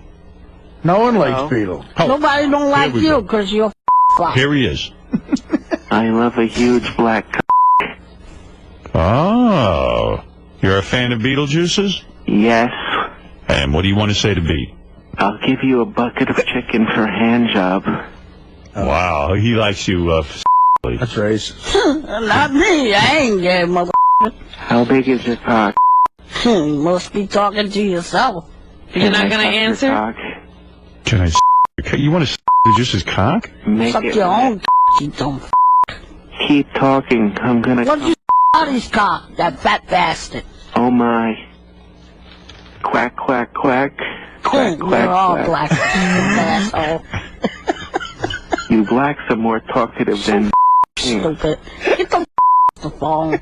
Nobody don't like you anyway. But I think he's... Christ, what the fuck? Best with Artie, you fat. This sounds like a guy who Beetlejuice.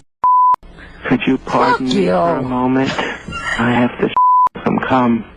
That fat boy. Pete, you know what? It is great news that you've become a police officer. I commend you for that. Pete, did you shit ever when you shit your pants? You ever Pete. shit out? Pete, congratulations on becoming a police officer. I think that's great. I think your work in the field is exemplary. Hey, I have to do what I got to do. I have to do my own job, and that's what I'm going to do. You're very, very brave. My wife. You're very brave, and I commend you for that. Now, if you want to see Pete, this is what we're talking about. You got to get up to Vermont this weekend. It's going to be a party, right, with you? And probably. any girls come up there? Maybe you'll party with them? I don't know yet, but I got to figure something out first. Now, if you want tickets to all the shows, you go to cleanboxentertainment.com. Cleanbox. Yeah, that's probably me, but unless they got to pay to get in to see the girl. And by the way, if anybody else wants to book Beetlejuice, they can get him on jollydwarf.com, right? Maybe, maybe. Jollydwarf.com. Why not? Maybe they get it. Maybe if they want it. Maybe they want to call. Maybe they want something. And by the way, they have to come up. I have to come up with something. And Pete, I should mention that you're on the Killers of Comedy on the Road special, and that's on Howard TV right now. You're part of that whole big special television program. By myself, yeah. In fact, there's a it's a great scene. I got my own shows going, so I ain't worried about nobody else. I was watching the special, and I invite all our fans to watch it. Why? Did you see it all around there? I do my own thing. Oh, yeah, I saw when you were talking to Gary the retard. You guys by myself, yeah. You guys are good friends. I got my own thing going. Did you hear that, Robin? I got my own comedy going. I got my own thing going. Gary the retard and Beetlejuice together? Are they a team? They do talk together, yes. So what are you gonna ask the people up on the stage tonight? You don't know yet, huh? You fucking blue cheese out of somebody's ass. Gary, are you gonna do that too? I'm gonna take some whipped cream and I'm gonna tell baby who's ever in charge, put it right between the tits, let me lick it out. Oh, you want Not you, the girl. Oh, you want the girl's tits. Right. Oh. Yeah, the girl. I'm about this. So are you guys breaking off from the group and you're going to go out on your own? Yeah, I do my own thing. I do my own comedy. Is Gary another guy that you Oh. You.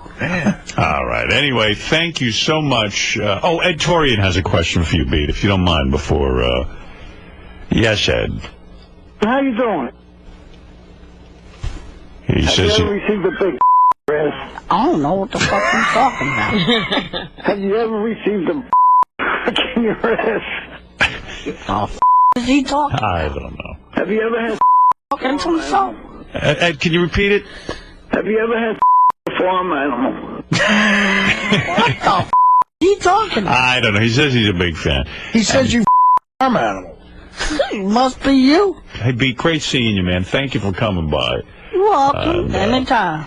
And I didn't know you were against gay marriage. I thought you were for it. Hell no. All right, now I know. Hell no, Pop. That's yeah. I'm for it. Yeah, you are? I'm for gay marriage. Well, good for you, asshole. You can get married if you want. Good for you. Good for you. Good for you. Fat for you. I mean, I think you're getting a little bit of a good belly. Good for you, fat No, and you know you like the book. For you called me and told me you like the book. Fuck you, you fat bastard. Good for you. Good luck. Have a nice day, fat boy. Oh, whoa. Well, I mean, Jesus. Hey, Pete, thanks. Hey, Pete, let's make up. Let's make up. Just go, fat boy. The only reason you're mad at me is because you care about me. You're attracted to Artie. Yeah. You say he's your type. Definitely. I'm not your type, but I'm too skinny. Yeah. Okay. You like heavy-set men. I like heavy-set guys, and my serious boyfriend was like the same size as Artie. You hear what this girl wants to do? She wants to ride you. Did you see the body on her? She's a stripper. She's not. She's a go-go girl. That's the difference. I've been to What Bourbon do you care? Street. You go with hookers. What do you care? I've been to Bourbon Street. They're strippers. But what do you care? I just, whatever, fine, okay, I'll what do you want? This segment is stupid. You're like hostile to Why her. is this stupid, dude? The girl came down. She wants to have sex. All right, fine, great. You see, you're saying no, but I'm just not understanding why. What do you want to do? I don't know. Fine. She wants to go out with you When on a does she date. want to go out?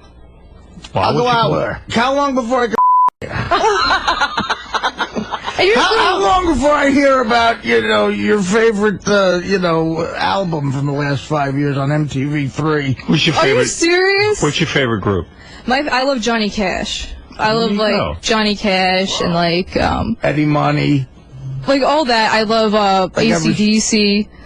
One of my favorites. What? Why is she being goofed on? I don't understand. Why If somebody wrote a letter to Robin and said, Robin, I want to date you. Someone did the other day. I know. I'm going to try and get the guy down. And Robin blew it off. But why is that bad? I mean, I'm just trying to hook you up. Robin blew it off. She said exactly I'm trying to help romance. I don't know. Nice girl. To get publicity. Well, Why, talk to her, for Christ's sake. Miss Modesty over here. Why are you treating her like she's a shit? Why are you treating me like I'm I am not. I would do this for any of my bros. This is dumb, bros. Look, you. Look, I'll So leave your She doesn't want to just fuck you. She's looking at I don't want to date her. Okay, then forget the why. Because I don't feel like dating her. It's just a lot You don't even know me. Exactly, and I want to keep it that way. Why? Morning, everybody. Welcome to the show. We are Sirius Satellite Radio, Howard 100, Howard 101, Thursday. Hey now. Hey now to you. Hey now. Hey now. Hey now. Hello there, jerk. Jerk. What is Artie that? called you a jerk yesterday. What? Why'd you call me a jerk? I don't remember. When did I do that? On the wrap-up show, Oh. he called you and Gary jerks. Yeah, by the way, jerks that you are. I heard about Term this. of affection. Now I know what you're talking about. I want to tell you something. I will never, ever again attempt to bring a girl in here who says she's into Artie. I'm going to tell you something. Thank you. Honestly, I'm fucking shocked by your reaction, like calling me a jerk, and also, like, honestly, I said to Gary, I go, What did you do so wrong? Sure, it's interesting, but like, I just know sometimes it's hard to meet women, and one of the cool ways to meet them, if you have this job, is like if they walk in here and they're kind of cute. And how do you know that something spectacular won't happen? Like their eyes will meet, and they are the two perfect people for each other. And I swear, I was like kind of like doing it like I'd want someone to do it for me. And you could be lighthearted about it. It's not an insult. I don't know where he got this idea that somebody's saying he's hard up. I don't know, man, but I guarantee you, you will never, ever. I mean, Fred met Allison on a Absolutely. date on this show. I don't know, man. And you're questioning my motives, dude. Yeah, it's interesting, but also it's your reaction that's bizarre. Yeah, you made it even better. He goes, oh, Howard's not my bro. I'm like, no, I was That's doing not it. what a bro does. How many times did I used to ask you to hook me up, Gary? Like go into the room with one of our guests and go, hey, Howard wants your number. Yeah, but also on the show, we're all about, I mean, yeah, we each other, but we're all about hooking everybody up. You know what I Even mean? when, like Angie Everett, I was doing a push. And it didn't hurt. Although that had already gone down. I know, but I didn't know that at the time, so Right. I was pushing it right into your arms. Hey, I got a segment coming up. I don't know whether to cancel it or not. There's a woman coming in next week. Cancel it. No. One last. She's not. Come on. The whole rap. Tell me about it. She's the female Artie. She wrote us this letter. She's like, I'm just like Artie. You know, she's had drug problems. No, don't want her here. So we're gonna tell her to cancel go. Okay.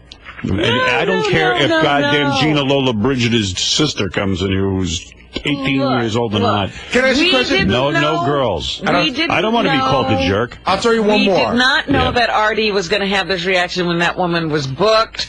Don't ruin her life. She wanted to come in. Nope. I got one more example. Not interested in being called a jerk. Did Artie feel hard up when we got Carmen Electra to let Artie feel her up? I don't know. Ask Artie. What are you asking me for? Like, did you feel hard up about that? Like, that was us helping a brother out. No. All right, here's Artie on the wrap-up show as long as you bring it up. I am so uncomfortable with these Find Artie a Date segments. I hate it. I hate that attention. I feel like I'm a pathetic sort of loser who needs this attention. And it's patronizing. It's just so patronizing. Come on, you're my bro. The bros don't help other guys out getting chicks. That's what all my bros do. What is that all about? That's what we do. I mean, my friends off the air, when we were all single, we were stealing each other's chicks all over the place. Do it off the air. You always... Hey, fine. I'm not doing it off the air. Oh, fuck yourself. We talked about it on the air. You talked about how you got Melissa to come meet Ross and what all you guys did that night at the dinner. That's just the way I am, but fuck. If I'm going to be called a jerk for doing that, you know what? Somebody be a jerk to me and hook me up with hot shit. Yeah, throw girls at you. Yeah, and by the way, you could be sure I won't call you a jerk. Boy, if girls used to be marched in here and say, hey, let me see what's going on here.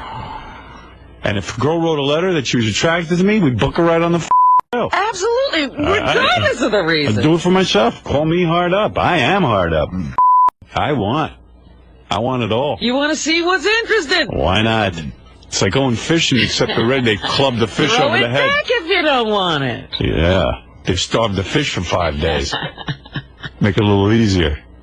Dude, you got your wish. You can be sure you ain't meeting any chicks through me. Thanks. Guarantee it. I don't need to meet chicks through you. No, you don't. If he met the perfect girl for you now, he'd keep her away. Oh, yeah. Fine. You go He's not going to meet the perfect. Sit home and jerk off. He could meet the woman of your dreams. Oh, Robin, please. Do whatever you want, man. You want to know something? Fred met the woman of his dreams, so fuck you.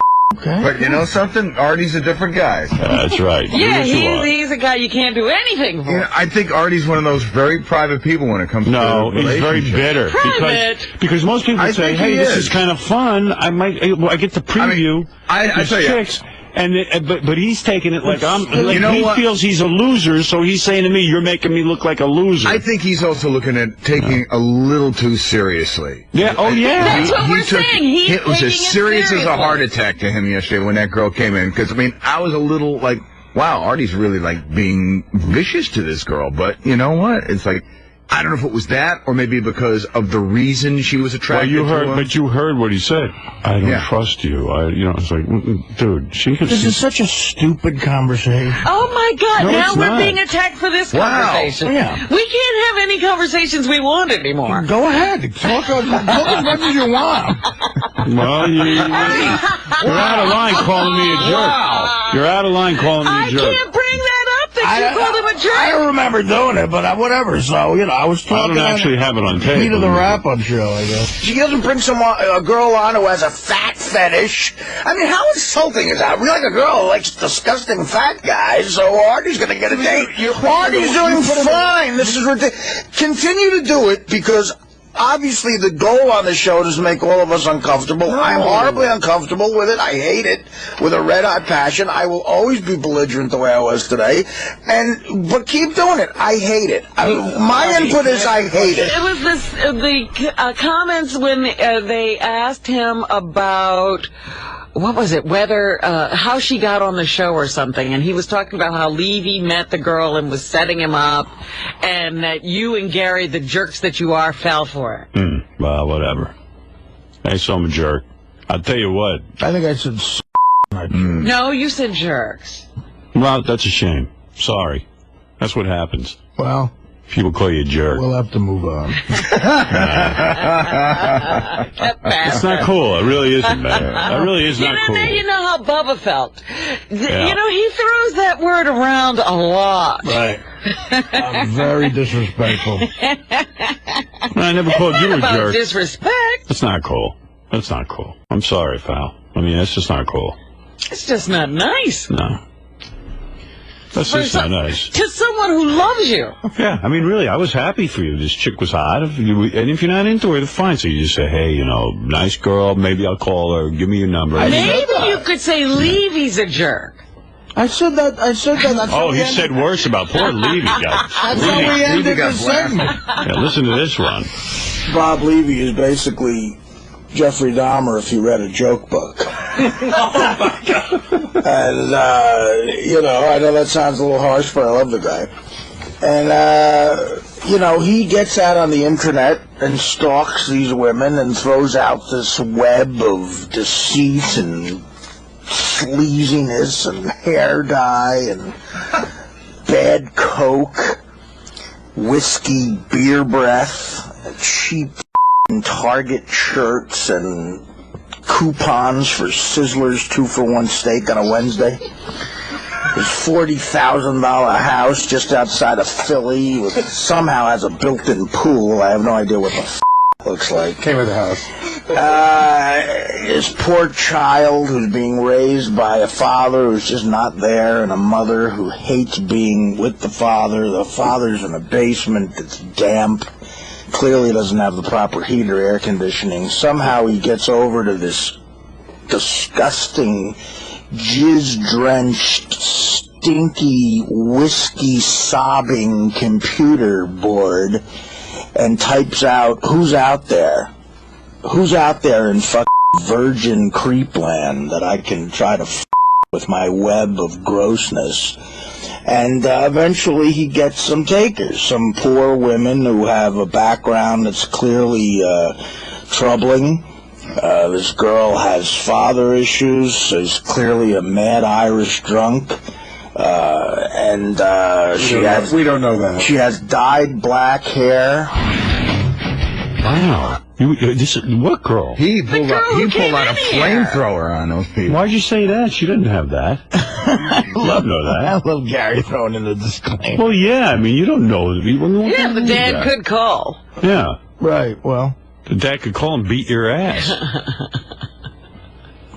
Let's do it. It's ridiculous. What's going on over there? What's going on with you? What's all the anger Nothing. about? The girl came in here. Now you're attacking her family. You're making shit up. Are you incredibly uncomfortable? There are things we can't bring up with you. Would you give us a list? We don't know. Well, there's no list. No. No. We don't want to make you uncomfortable. Good, then shut up. Oh, everything makes you uncomfortable. Speech makes him uncomfortable. Yes, I guess talking. Wow.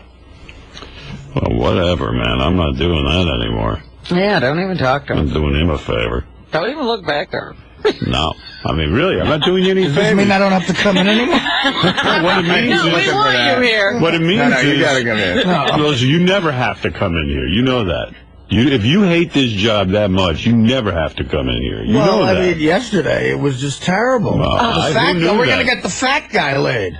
Oh, my She's into heavy set guys. You're a fat guy. What are you going to do about it? You know, though, Tony Soprano. I have to say, this comes on the heels of a bad day that Artie had. I mean, what bad day? The bad day that his mom called him, and he was drinking because of the comments that she made. His mom, and I think that carried over to the next day. There was nothing awful about what his mother did. That's right. No, but he I mean, needed an excuse to drink. I'm not saying that it was what was bad, but I'm saying Artie had a reaction to that, which kind of set him off. Yeah, but his mom said nothing there. Well, you know, he's sensitive. Those are my issues. That's right. Right, he's sensitive about it. Yes, that's ridiculous.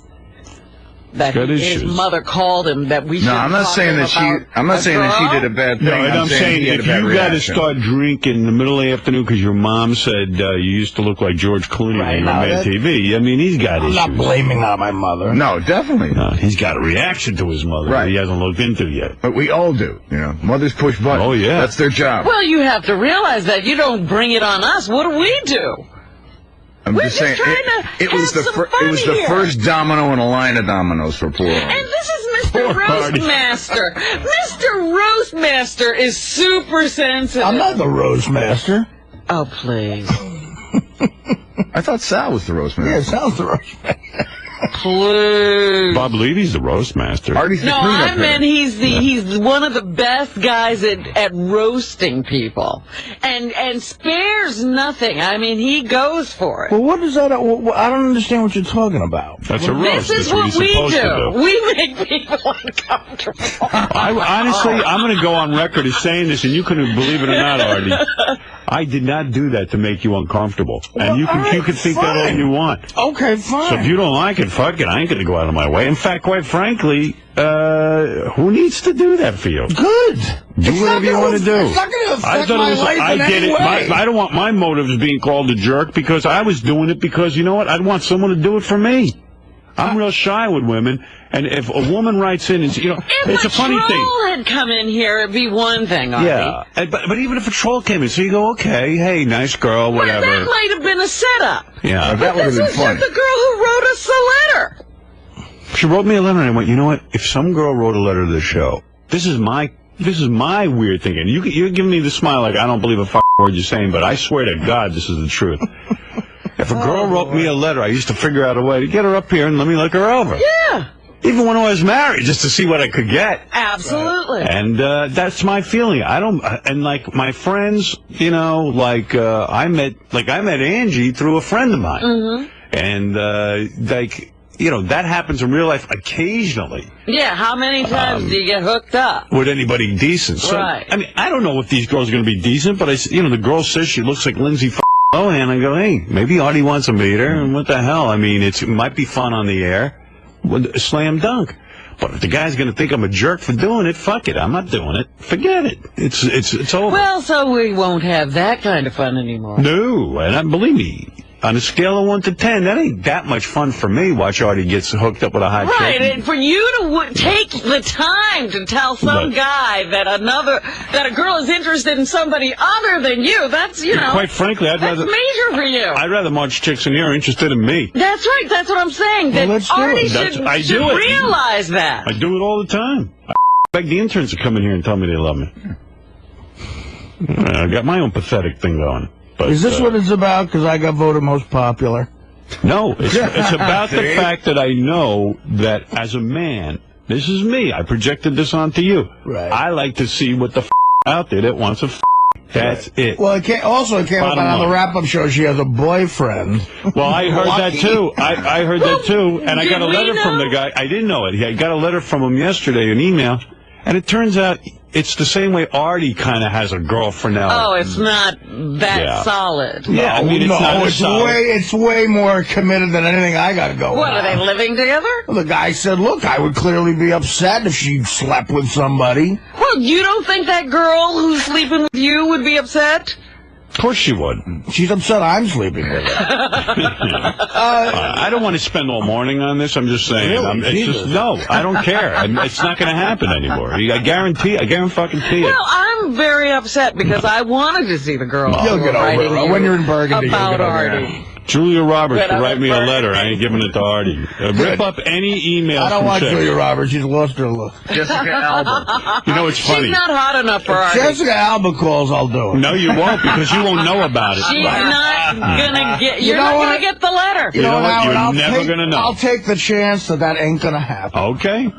Oh, Jessica, write us today. Write us today. Hey, Gary, I don't want Artie getting any emails from any girls. Good. From this show. That's the greatest thing I've ever heard. You're This on. is replayed all day, Artie. All right.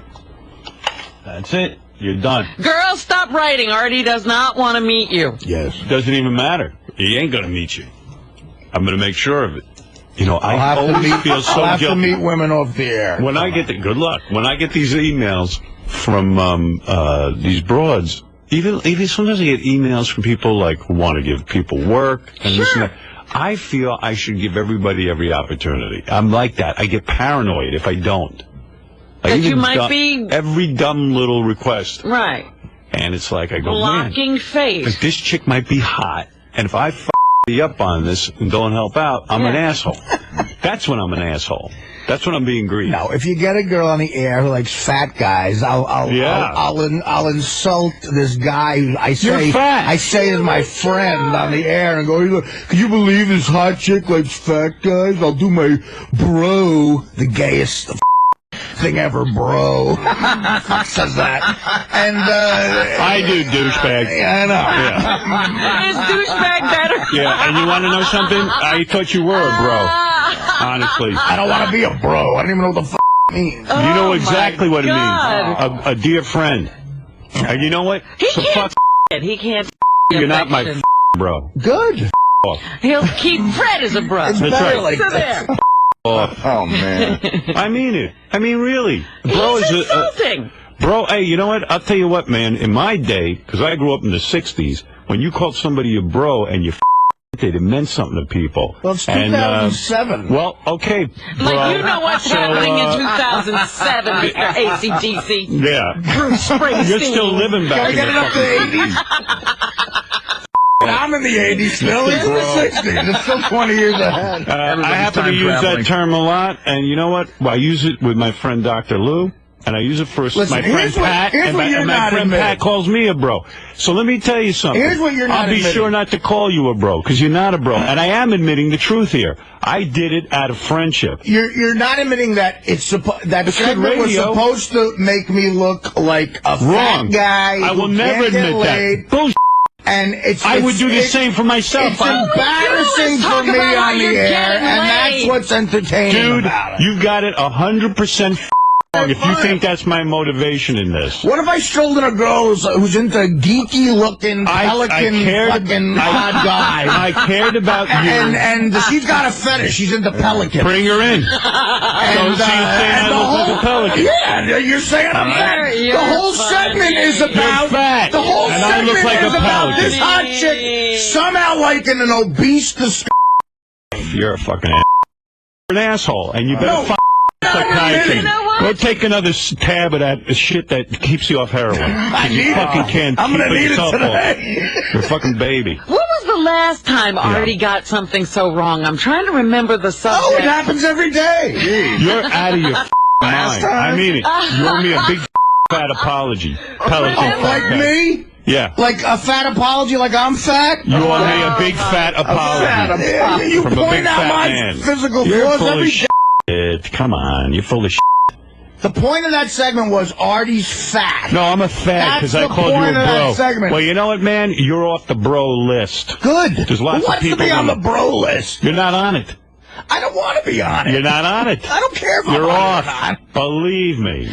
I don't care if I'm on anybody's bro And list. since bro is such a weird term to you because you've never heard it before. I've heard it before. Maybe it's because you got no bros. You're right. I have no There's bros. a lot of guys I know who I think have of like some a friends. brother. And one of them's Pat Menachia, and the other one of them, who I refer to as bro, is my friend Dr. Lou. Well, I'm sure And- you're and very Fred. good friends with him. Would you stroll And I don't in? call If Sal, Dr. bro. Lou, I don't know what Dr. Lou looks like, but if he had some odd thing about his look, would you stroll in somebody here and go? A girl wrote "This me a letter, girl-" said, I'm attracted to Artie. I'm attracted to heavy-set men. That's what she said. Right, so you turned And it I into said- fat. You turned it into fat. No, you said did. fat. I'll play your words on the wrap-up show. The name of the segment was it's a chick who's into fat. You know what? I can tell you right You're now. fat, Artie. I'll print out what we wrote yesterday, and that's not what's written on the Gary, page. you're clearly on the bro list, and I but- can't trust anybody. Artie can say that. Artie goes, and you call fuck you, man. Howard, Artie can I say mean, you really. call me That's call me- insulting. You're Oh, questioning my dude, motives. I mean, come on. Will you be honest with yourself I'm being right now? 100% honest. Your never goal did was it just to do me a favor and get me laid. No, my goal was, it was interesting to see if Artie would be It's attracted to interesting to this see a girl. hot chick into a fat guy. No. That's what's interesting. But every about girl it. who came in, listen, I hooked Fred up. Was he a fat guy? No, but that's a totally different story. That was a dial-a-date. I don't know what Fred's situation was. I don't know if he wanted that Every to girl who happen. marched in here was into fat guys. No, the girls were into Artie. And I brought him in as a brotherly thing. Fred, did you ask for a dial-a-date or was You know just what? sort It of was, giving it? oddly enough, ironically enough, fat girl dial-a-date didn't show up that morning. And we And had I volunteered to go on dial-a-date to save And the Artie, segment. and it totally was an accident You know, that anything you happened. might think that I did it because your self-esteem is so but I did it because I would do it for anybody who was a major player on the show. If they wrote a letter to Robin, if they wrote a letter to Fred, if they wrote a letter to me, if they wrote a letter to and let me say one. And I've had tons of chicks come in here, and I go, how could a chick be into me, man? I'm f***ing ugly. So thanks for referring to me as a pelican, face. And I'll tell you something else. Oh, thanks for referring to me as a fat, obese every single day. I do not. That's bullshit. You do. I do not. Yes, you do. You do. No, you do, Howard. All right. Oh, you don't. You don't talk about how much you weigh. You don't talk about your looks? I do. Yeah, right, okay. So now you have to attack me because I said you was a chick. Who's attacking you? You're attacking me. You attacked me. You called me a jerk for doing that for you. So I'm just saying, I'm not going to be a jerk anymore. I'm not going to do anything for you. Fine. Do whatever the f*** you got to do. Good. Artie's got to do what Artie's got to do. Even I didn't say that. And, you know, sorry I called you a bro because I felt close to you. But Dude, you're not close. How are we? We're not friends. We're not I work with you every day and we talk work to you. together. We're not friends. You know what? You know what? It makes me feel close to you. You're somebody who helps my show. You're somebody who works with me. We have a good time jamming together in the morning. I'm proud to be a part of this show for the rest of my life. So that would make you my bro. That doesn't make us friends. That makes me. You know something? I'm shocked to hear you say you don't think you're my friend. Well, how are we friends? What do we do that would indicate a friendship? We spend 5 hours together in each other's head on the air together. I allow maybe 3 or 4 people in this world to do that.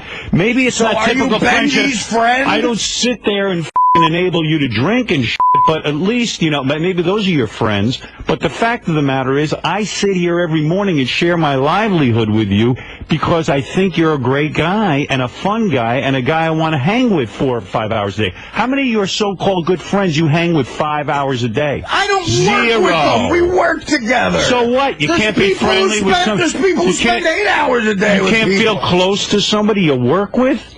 Sure, I feel close to you in the sense that, you know, I care about you and I think you're a good person, but I don't consider us the closest of friends. I didn't say we're the closest of friends. Nobody said bosom buddies. I said you're my bro. What he's sort of saying. We're comrades in this. We work hard together. We're both on the same team. You know what? Football players think of each other in brotherly ways. They get on the field and they fight together as men. We've been through a lot of battles together at this point. You've thrown in with me. Why would You've thrown your career in with me, and you question my motive with Why would you question? You can't question my motives on the air. And you I've question my motive. You say I'm not your bro. I'm not a friend. You. That's not what a friend does. A friend doesn't parade a chick in here who's into fat guys. Guys in the arm bullshit. No, that's not what a friend does. Well, don't worry, it won't happen again. A friend off the air says this girl might want to date you. Everything's on the air with you. Everything's on the air. Not everything. I don't know any girls off the air. No one's written me a letter in my personal life saying I want to go out with Artie. Please, let's do it. So you can make it your personal life. You could say a girl wrote me a letter. Why don't we get together and have dinner? I think she might like you. That's what a bro does. Unfortunately, there's not a lot of takers in that department. If a girl approached me, I would do it. I haven't been approached. A girl wrote you a letter. You don't have to make it on the air. You don't have to make it an on-air thing. Oh, I won't anymore. It proves that she might not just want to be on the air. And my motive for putting it on the air, my friend, is that I am very uncomfortable meeting people off the air. So, okay, I put that into you. I said, you know what? This is easy. If you don't like the chick, you never have to call her. You kind of screen her out on the air. It's a no. If I don't like the chick, it turns into this. And if you really I don't like her, the chick off the air, you move on. It's a private issue. No, but you had to make a big deal of it yesterday. No, you made a big deal out of it by making it a bit for the air. So I reacted the way I reacted, and that's what happened. I made it a bit for the air so you wouldn't be embarrassed to meet these uncomfortable about meeting people off the air. Yes. Why does that mean I have to be? I was wrong, clearly. But my motive wasn't a bad one. My motive was because I wish someone would do it for me. An entertaining segment for the show. Yes. You're turning that into something like you're my personal friend. You did this as a friend thing. You wanted it to be exactly what this has turned into, a major issue for the show. You know how many different people who have written me letters and said they want to meet so-and-so on the show and so-and-so on the show. And I go, no. Yeah, of course it'd be interesting. Well, because but also, it wasn't my intention to embarrass you. It was my intention to you embarrassed me. I'm telling you, you embarrassed me. I apologize then. And I assure you, my friend, it will never happen again. Fine, good. Yeah, it will never happen again. You will not have any girls marching in here saying they're attracted to you. You could go yourself. If somebody wrote me a letter and said, I love you, and you were single. Somebody wrote me a letter, and you were single and said, you know what, I'm in love with Howard. I would come to you off the air and say, hey, you want to get dinner with this girl? You want to meet her? I wouldn't parade her on the air. I would rather have it. I would rather have it that way. What's wrong with you? Why didn't you put that on the air? Yeah, I would have kicked her ass. That's because he's nuts. Everything's got to be on the air. I'm not nuts.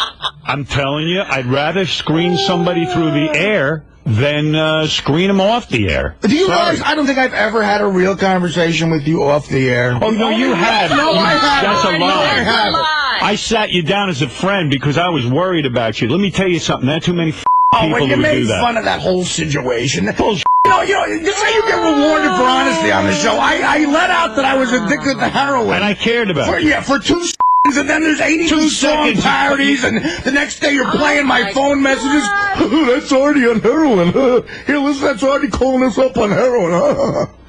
And then you just yell it out on the Letterman show, and you somehow got an ounce of decency and called him and said, I'm not comfortable with that. No, you talked about it on Letterman.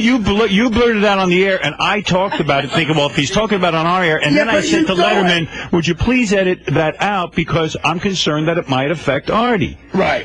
But he doesn't care about for 5 hours a day on a show that's got more listeners than Letterman, you talked about it here. Right. I blurted it out in a time that was a very difficult moment. Okay, and you so weren't don't be mad at me for that. What are we talking about here? Now we're on the heroin?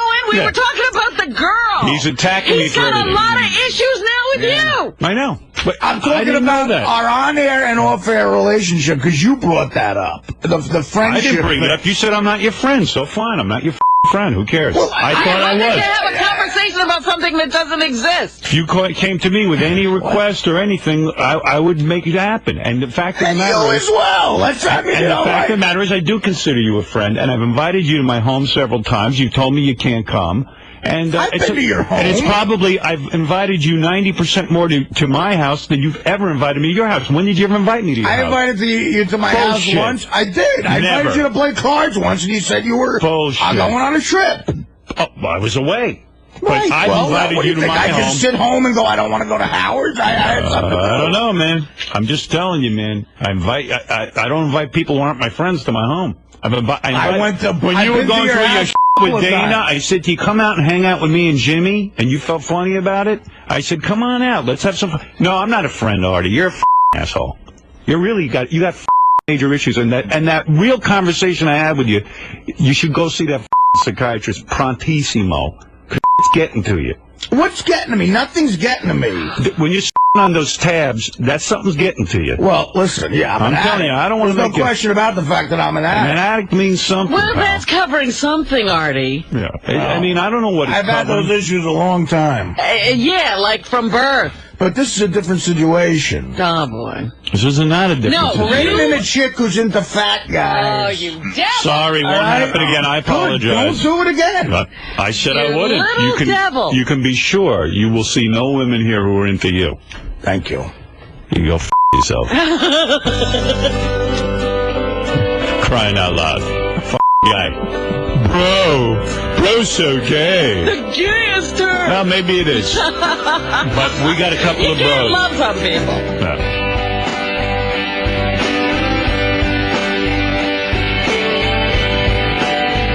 You. Fuck friend. Fuck you. Fuck you. Fuck you. And your f***ing girls and everything else and heroin and all your bullshit. Yeah. And gee, no real conversation. Nobody's ever real been easy. uncomfortable on this show but Artie. That's not fair. Hey. I said, go ahead and keep bringing Brooke. I'll continue to be uncomfortable. I'm quiet over there. I don't make the rules here. I'm talking to Howard. I'm not talking to you. Go right ahead. Pretend you can't hear me. And it's true. I wish I could. My number one priority is always good radio. I know that. And I think I've given you a lot of that over the years with my fucked up body. More good radio than anybody. And I love you for it, but I'm sorry I said And I'm not I love even you. referring to being talented. I'm referring to being a So when I say I love you for that, is that gay? Or am I a bad man? I You're not almost my died bro? of alcohol poisoning on the show. Oh, whatever. Who f***ing forced you to drink? Oh, I'm kidding. I said that as a joke. Sure.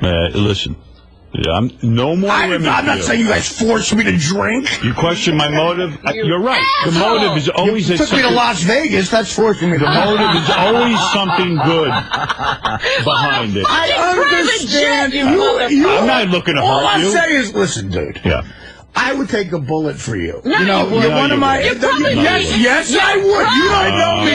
You do not know me. You do not know me the way you think you know me. Honestly, I know where it's at. No, you don't know me the way you think you know me. He'll be holding the gun. Not to change the subject, but Benji was taking his shirt off. Robin would never shoot you. Could you put a stop to that? Why are you taking your shirt off? What? Please don't make this about you. All right. Please He's got make his it hat off, about and you you. see the stubbly shit on his head now. When the song came out, Looks like a ball sack. But then, I don't need you to be naked now. It's not funny. You're never funny with that. This is the You're a man. breakup of a beautiful relationship. Yeah, I mean, I had a perception of Artie. That's I mean, completely Artie's false. pouring his heart out, and this idiot is taking his clothes off. I'm trying to be, what I said came out the wrong way. I'm trying to tell you, you say all the time the most important thing in your life is this radio show. And it's probably why... My children and Beth are. Okay, I get that. All I right. understand. I know what you mean when you say that. Yes, But it's after true. your children and Beth. Right, this is very important to Okay, me. I get it. So, and it's probably why the show is what it is. It has become what it is. And it's probably why I was a fan and I always wanted to be here and everything.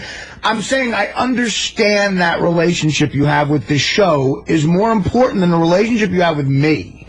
And that's fine with me. But I'm saying don't pretend That's not true. Yeah, but yes, it is, Howard. Come on. That's not true. You're important to me because of it. And I don't care about that. As a matter of fact, I envy you for that. I wish I could be that passionate about a profession. Maybe I'd be more successful than I am. Well, why don't you admit you are passionate about this profession instead of hiding behind, oh, I don't give a shit about anything. All I'm saying is if I knew a guy who was, when I was thinner, an incredibly fat guy, and a chick wanted to come on as a fat fetish on this show, before Not I fat did it... fetish, fat fetish before about I you. did it on the... About Artie. She's into Artie. No. She's into fat guys. She's into fat guys. She wasn't into Ganji. Ganji's a fat guy. Yeah, but Howard... You're Artie. She said she's into fat guys. Listen, I didn't sit and do an analysis of her letter. She liked you. If someone was my friend, I cared about them I'm not more your friend, than the radio clearly. show. Yeah. I would pull them aside and go, listen, is this going to bug you? Well, isn't it great how you do everything just right? No, dude, No, I'm not I saying know I it's do a everything bit. just right. I know it's a bit, but you know what? Behind the bit, I know it's a joke, the bit. I know that. I know it's a bit. But even I'm like, hey, here's a bit. Yeah, bring the girl in. Ha, ha, ha. But meanwhile, if she's hot, I'm going to go out with her. And it's not like I'm begging you to do it. You're not. And I clearly misread that because that's something I'd want someone to do for me. If any letter came in and someone said, hey, you're going to get to meet this chick's into you, that's like a huge icebreaker for me. So I would like that. You clearly don't. There's a lot of times I'm uncomfortable. But I didn't mean to ridicule you. There's a lot of times I'm uncomfortable with that goes on the show. But the fact of the matter is, everybody here gets uncomfortable with and you got to bite the bullet. Right. You know, the heroin song parodies, that stuff is really, really a personal, really makes me feel awful. Right, but I get all of that. But I bite the bullet. But I get all that. The fact that the only hurtful part of this conversation is that you think my motives in doing that were to make you less of a man, and it wasn't. Well, that's what it felt like. Okay.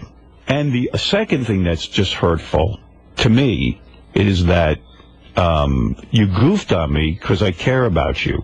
That I do consider you my bro. Every day, no, but I consider you a brother. Every day. You know what? If you and I were in the trenches together in the Army, you would be my friend for life, even if we didn't see each other for 25 years. Fred's been at my side for 30 years. Well, he is that's every a bit my special fucking bond. bro. I know that. And you've been here for he's never 7 been insulted or denigrated on this show. You've been here Never. No, but the point is, could you stop laughing through around me? thick and thin, I will call that guy my brother. Now, that's something out of the 60s. I understand that. And that's something you don't relate to as a younger man. But the fact of the matter is, It's something your generation the lacks. feeling behind it. I come from a shitty generation. You come from a shitty generation.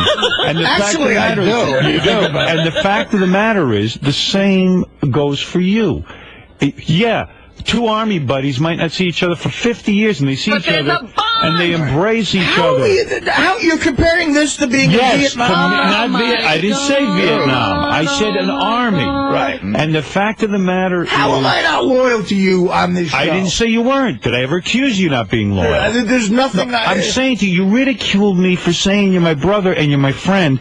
You're saying that it's not a friendship if you're together 5 hours a day on the air. Okay, it's on the air, but I feel like you're on my side. When I'm down and I feel like the world is coming in on me, when I come into this room, I go, thank God I've got Artie, Fred, Robin, not so much Benji, but, and yes, even you, Benji, but I go, thank God I have these people because, like, no matter how bad the shit gets, especially when it went down with the censorship and Tom, and I'm always getting suspended and shit, I would say, I just have this refuge. And when I'd get down in my career, Robin would, like, be there, like, laughing at me and doing, like, the radio with me, and I go, oh, thank God, because it's making me feel like I got a team. I know. I'm not alone. I know. Can I explain something to you? Let me So just say that's something. what you Let me say mean one to thing me. to you. And for you to ridicule that, it just sucks. Talk about ridicule. Suppose you were a fat guy. I was under a whole different impression about you're you. You're the most deprecating guy there is usually, right. and you're very aware of your physical being, right? Right. Suppose you were fat and you really were embarrassed by the way you look. Okay. You work on a guy's radio show and someone says, "What's going on today?" Well, a chick with loves fat guys is coming in to see if I didn't mean to insult you. Of course it's insulting. How could you not? How could you? What kind of world? The girl said said she was into you. She likes fat guys, and I figured you're not uptight about you being fat. I didn't know you were so uptight about being called a fat guy. I'm uptight, dude. You're the one who told me to go to his drink. He doesn't know you. He's not you even a friend. You are wrong. Because you're changing Howard, it. listen, My motivation wasn't to humiliate you. As a person. My motivation wasn't to humiliate you. It was for you to meet a girl. Yesterday you were being a fantastic radio personality and a shitty friend. That's what you were doing. Yes, you were. Well, that wasn't my motivation. Okay, fine. And I don't care what you think. I'm telling you how I feel. All right, and I'm telling you that was not true. And I'm saying I don't want you to change a thing about the show. I know. But this conversation is happening. I don't know what the f*** Artie, because you feel something, does it make it real? Explain that. What are you talking about? You felt it doesn't mean he meant it. Let's see what people say. Let's go to King of All Blacks. Go ahead. You moron. I'm with Artie today, man. What? I'm going to have to side with Artie today. Oh, you. Well, let him talk. Hey, you fat guys. All the fat guys go. Go ahead, King. Why do you side with Artie on this? I'm not even sure what the argument's about, but go ahead. Because it's like if you seen a girl that was hot, that maybe Beth knew. And I don't know any girls like that. I would do that for Artie. And in his personal life, he would do that. No friend. First of all, Beth doesn't have a lot of female friends, and the ones that do have not approached me about Artie. Yeah, but what he's saying is, why would you bring it on the air, and why is...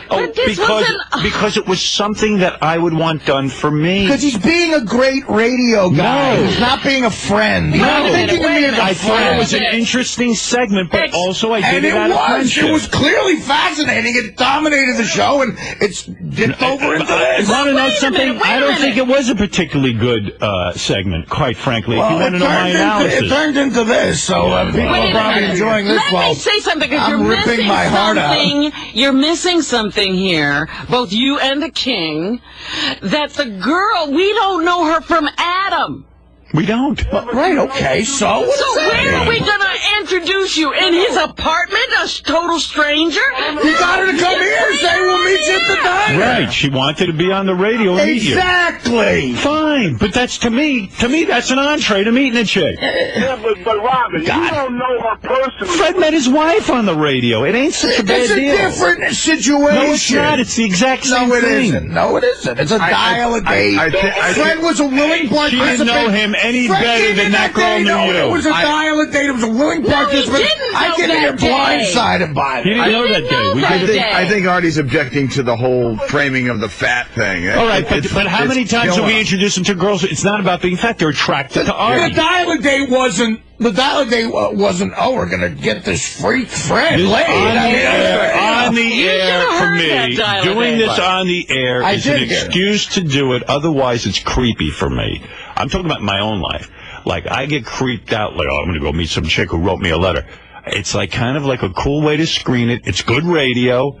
And also, P.S. it's a total stranger and anybody could be writing. You get a chance to preview her in a public forum where it's not Or it's actually dangerous safe. or Exactly. The bigger That's issue all is I meant by it. I've That's all I meant by it. confided with you, and you just bring shit up on the air. If this stuff I don't tell you now because I know you now, and I know your move. You bring stuff on the air. I've never brought up anything you Yes, said don't you bring did. up. Yes, you did. Liar. The whore $500 story. The time I told you The that. whore $500. Did you tell him that was in confidence? Of course I told him. I said, I don't want this on the air. I don't remember you ever saying I want this then on you the know air. what? You got selective memory. All right, then I'm wrong. I said apologize. to you, I don't remember I said that. to you, I don't want this on the air, and I told you that story. No. And then you went on the air. I went and on you, the air and said, what? Artie, do you want to tell that story? I gave it up to you. You kept fucking... No, bullshit. I had a choice at that. I'd get a tape of that. I want to hear me bringing up something that he told me not to. And then bring up. I confided you in something about Dana on the phone, and you just blurted it out. And now I know that. What was that? Blurt it out again. No. We talked about. He did. Well, he did. He's like, What did I say? I remember looking at you like, how did you just say that? What the fuck was the issue? I was talking. There was on one the thing. phone. He's right. I think this might be it. Of Go ahead. course it wasn't. I'm like, All right, okay. I might have fucked up. Go ahead, yeah. Yeah, but Howard, listen. But the point is, I would never in a million years think about doing that to you, and you do it, and you go, oh, You I'm make it sorry, like I and do it's it all just the turned time. up. Bullshit. That's two examples where I'm scared. Many people If here I have tell told me you things in something- confidence. If I tell you something in person Yeah. that you think would be so incredible for the air, you know you're going to figure out a way to pick it up. No, pick it up I would say to you, Artie, can we talk about that on the air? Yeah, you do that on the air. Right. And if you say no, it doesn't go any 6 million further. people hear it, and all of a That's sudden, right. it's like, why is Artie being a fuck? It's just a ridiculous. Sometimes it seems like in retrospect you could, after the But fact. this last thing, you just didn't even ask me. You just said it. You're right. I'm gonna try to What was it, I don't even know though? if I wanna You know what say it was? again. Because it was nothing. No, yes, it was something very big to me. Was it? What was it? Yes. I don't want to say it again. You don't remember. Well, I remember it was something very big, and I What don't want was to it? say it. If it's so big, what is it? Well, why do I want to say Did it you again? just You're fucking doing busted it my right balls? now. I am not. Busted my You balls. just remember Busted doing my it. balls. You remember doing it. Did you not just say you remember came to doing me it? Yes, I did. But Okay, I know so you're admitting it. But I know it was nothing. You know It was what? nothing to him. How do you know He's it's busting my nothing? balls now. No, so you just were judge and jury in your Yes. head. Yes. Thought it was nothing to me, and you blurted it Yes. out. Okay. No, he didn't. Did you just blurt it out? You didn't even ask him? No, I said to him, No, can he I didn't. say this? No, you did not. Oh, you mean I just blurted it out? Yes. All right, well, remember what it is if it's so fucking important. You're admitting you did it. I'm admitting I asked you if I could say Oh, it. my God. But maybe No, I did. you didn't. You want to know something? Gotta Honestly, say- all bullshit aside, I don't even remember if I blurted it out or I asked you first. But if I did, what was the thing that's so fucking bothering you? I don't feel like talking about it. You don't remember it. Tell the truth now that you don't remember You what the can't fuck even it bring is. it up in your brain. You won't even bring it up because you don't remember. I told you that I was disappointed in Dana All right. for not, Sticking by you. Exactly. Right. That? That's a revelation? He said it a million times. People have different things that mean stuff to them. I don't know what means anything to you, Ms. He's Brick right over about there. That's true. But that was not the only time, And then honestly. this is how it came up on the air. He goes, how many times, Art, have you said to me that Dana didn't stick by you and she should have stuck by? And I was like getting hit with a bat in the But face. Artie, how many times have I up in the 7 or 8? How many years you been on this show? Dude, if it happens once, Did I ever reveal any contents of anything? No, one time it happened. Twice. What's the second time? The $500 hooker thing. Bullshit! I will go to my grave saying you're full of. He asked before that. That's you right. Gave permission. I don't even remember him telling me that off the air, honestly. But that's and if exactly he did, I know how I told would you. never I tell thought it. 50 people knew that when you were telling me. I was the only one who didn't know. Tim, go ahead. Artie, wah. Oh, okay. Oh, that was And good. Howard, Well timed. did you honestly mention this prior to Artie yesterday? What? Did you mention this prior to the show about this chick coming on about a fat person? And Artie, you did it to yourself. I don't know. I didn't know anything about it. I knew about wasn't it. a surprise to you. He mentioned it before. Hey, No, he Jason, mentioned print it in out the the letter. morning. Print out the letter the chick sent, because Artie Yeah, I want to hear wants that. to hear it. I guarantee it's I guarantee it's a letter you read and you go, wow, this will be good for my friend. No, honestly, I think I read about the first 3 lines, and I decided it would be good for my friend. Okay. Well, we'll see what the letter. All right. I read like maybe 2 seconds. Well, first of all, right there, wouldn't you read the rest of it? No, I was just like, the hey, last paragraph. She's like, and at the end, I like to stab fat guys after I fuck them. When did she say that? I'm saying you didn't read the whole letter. It No, could say anything. it was just she has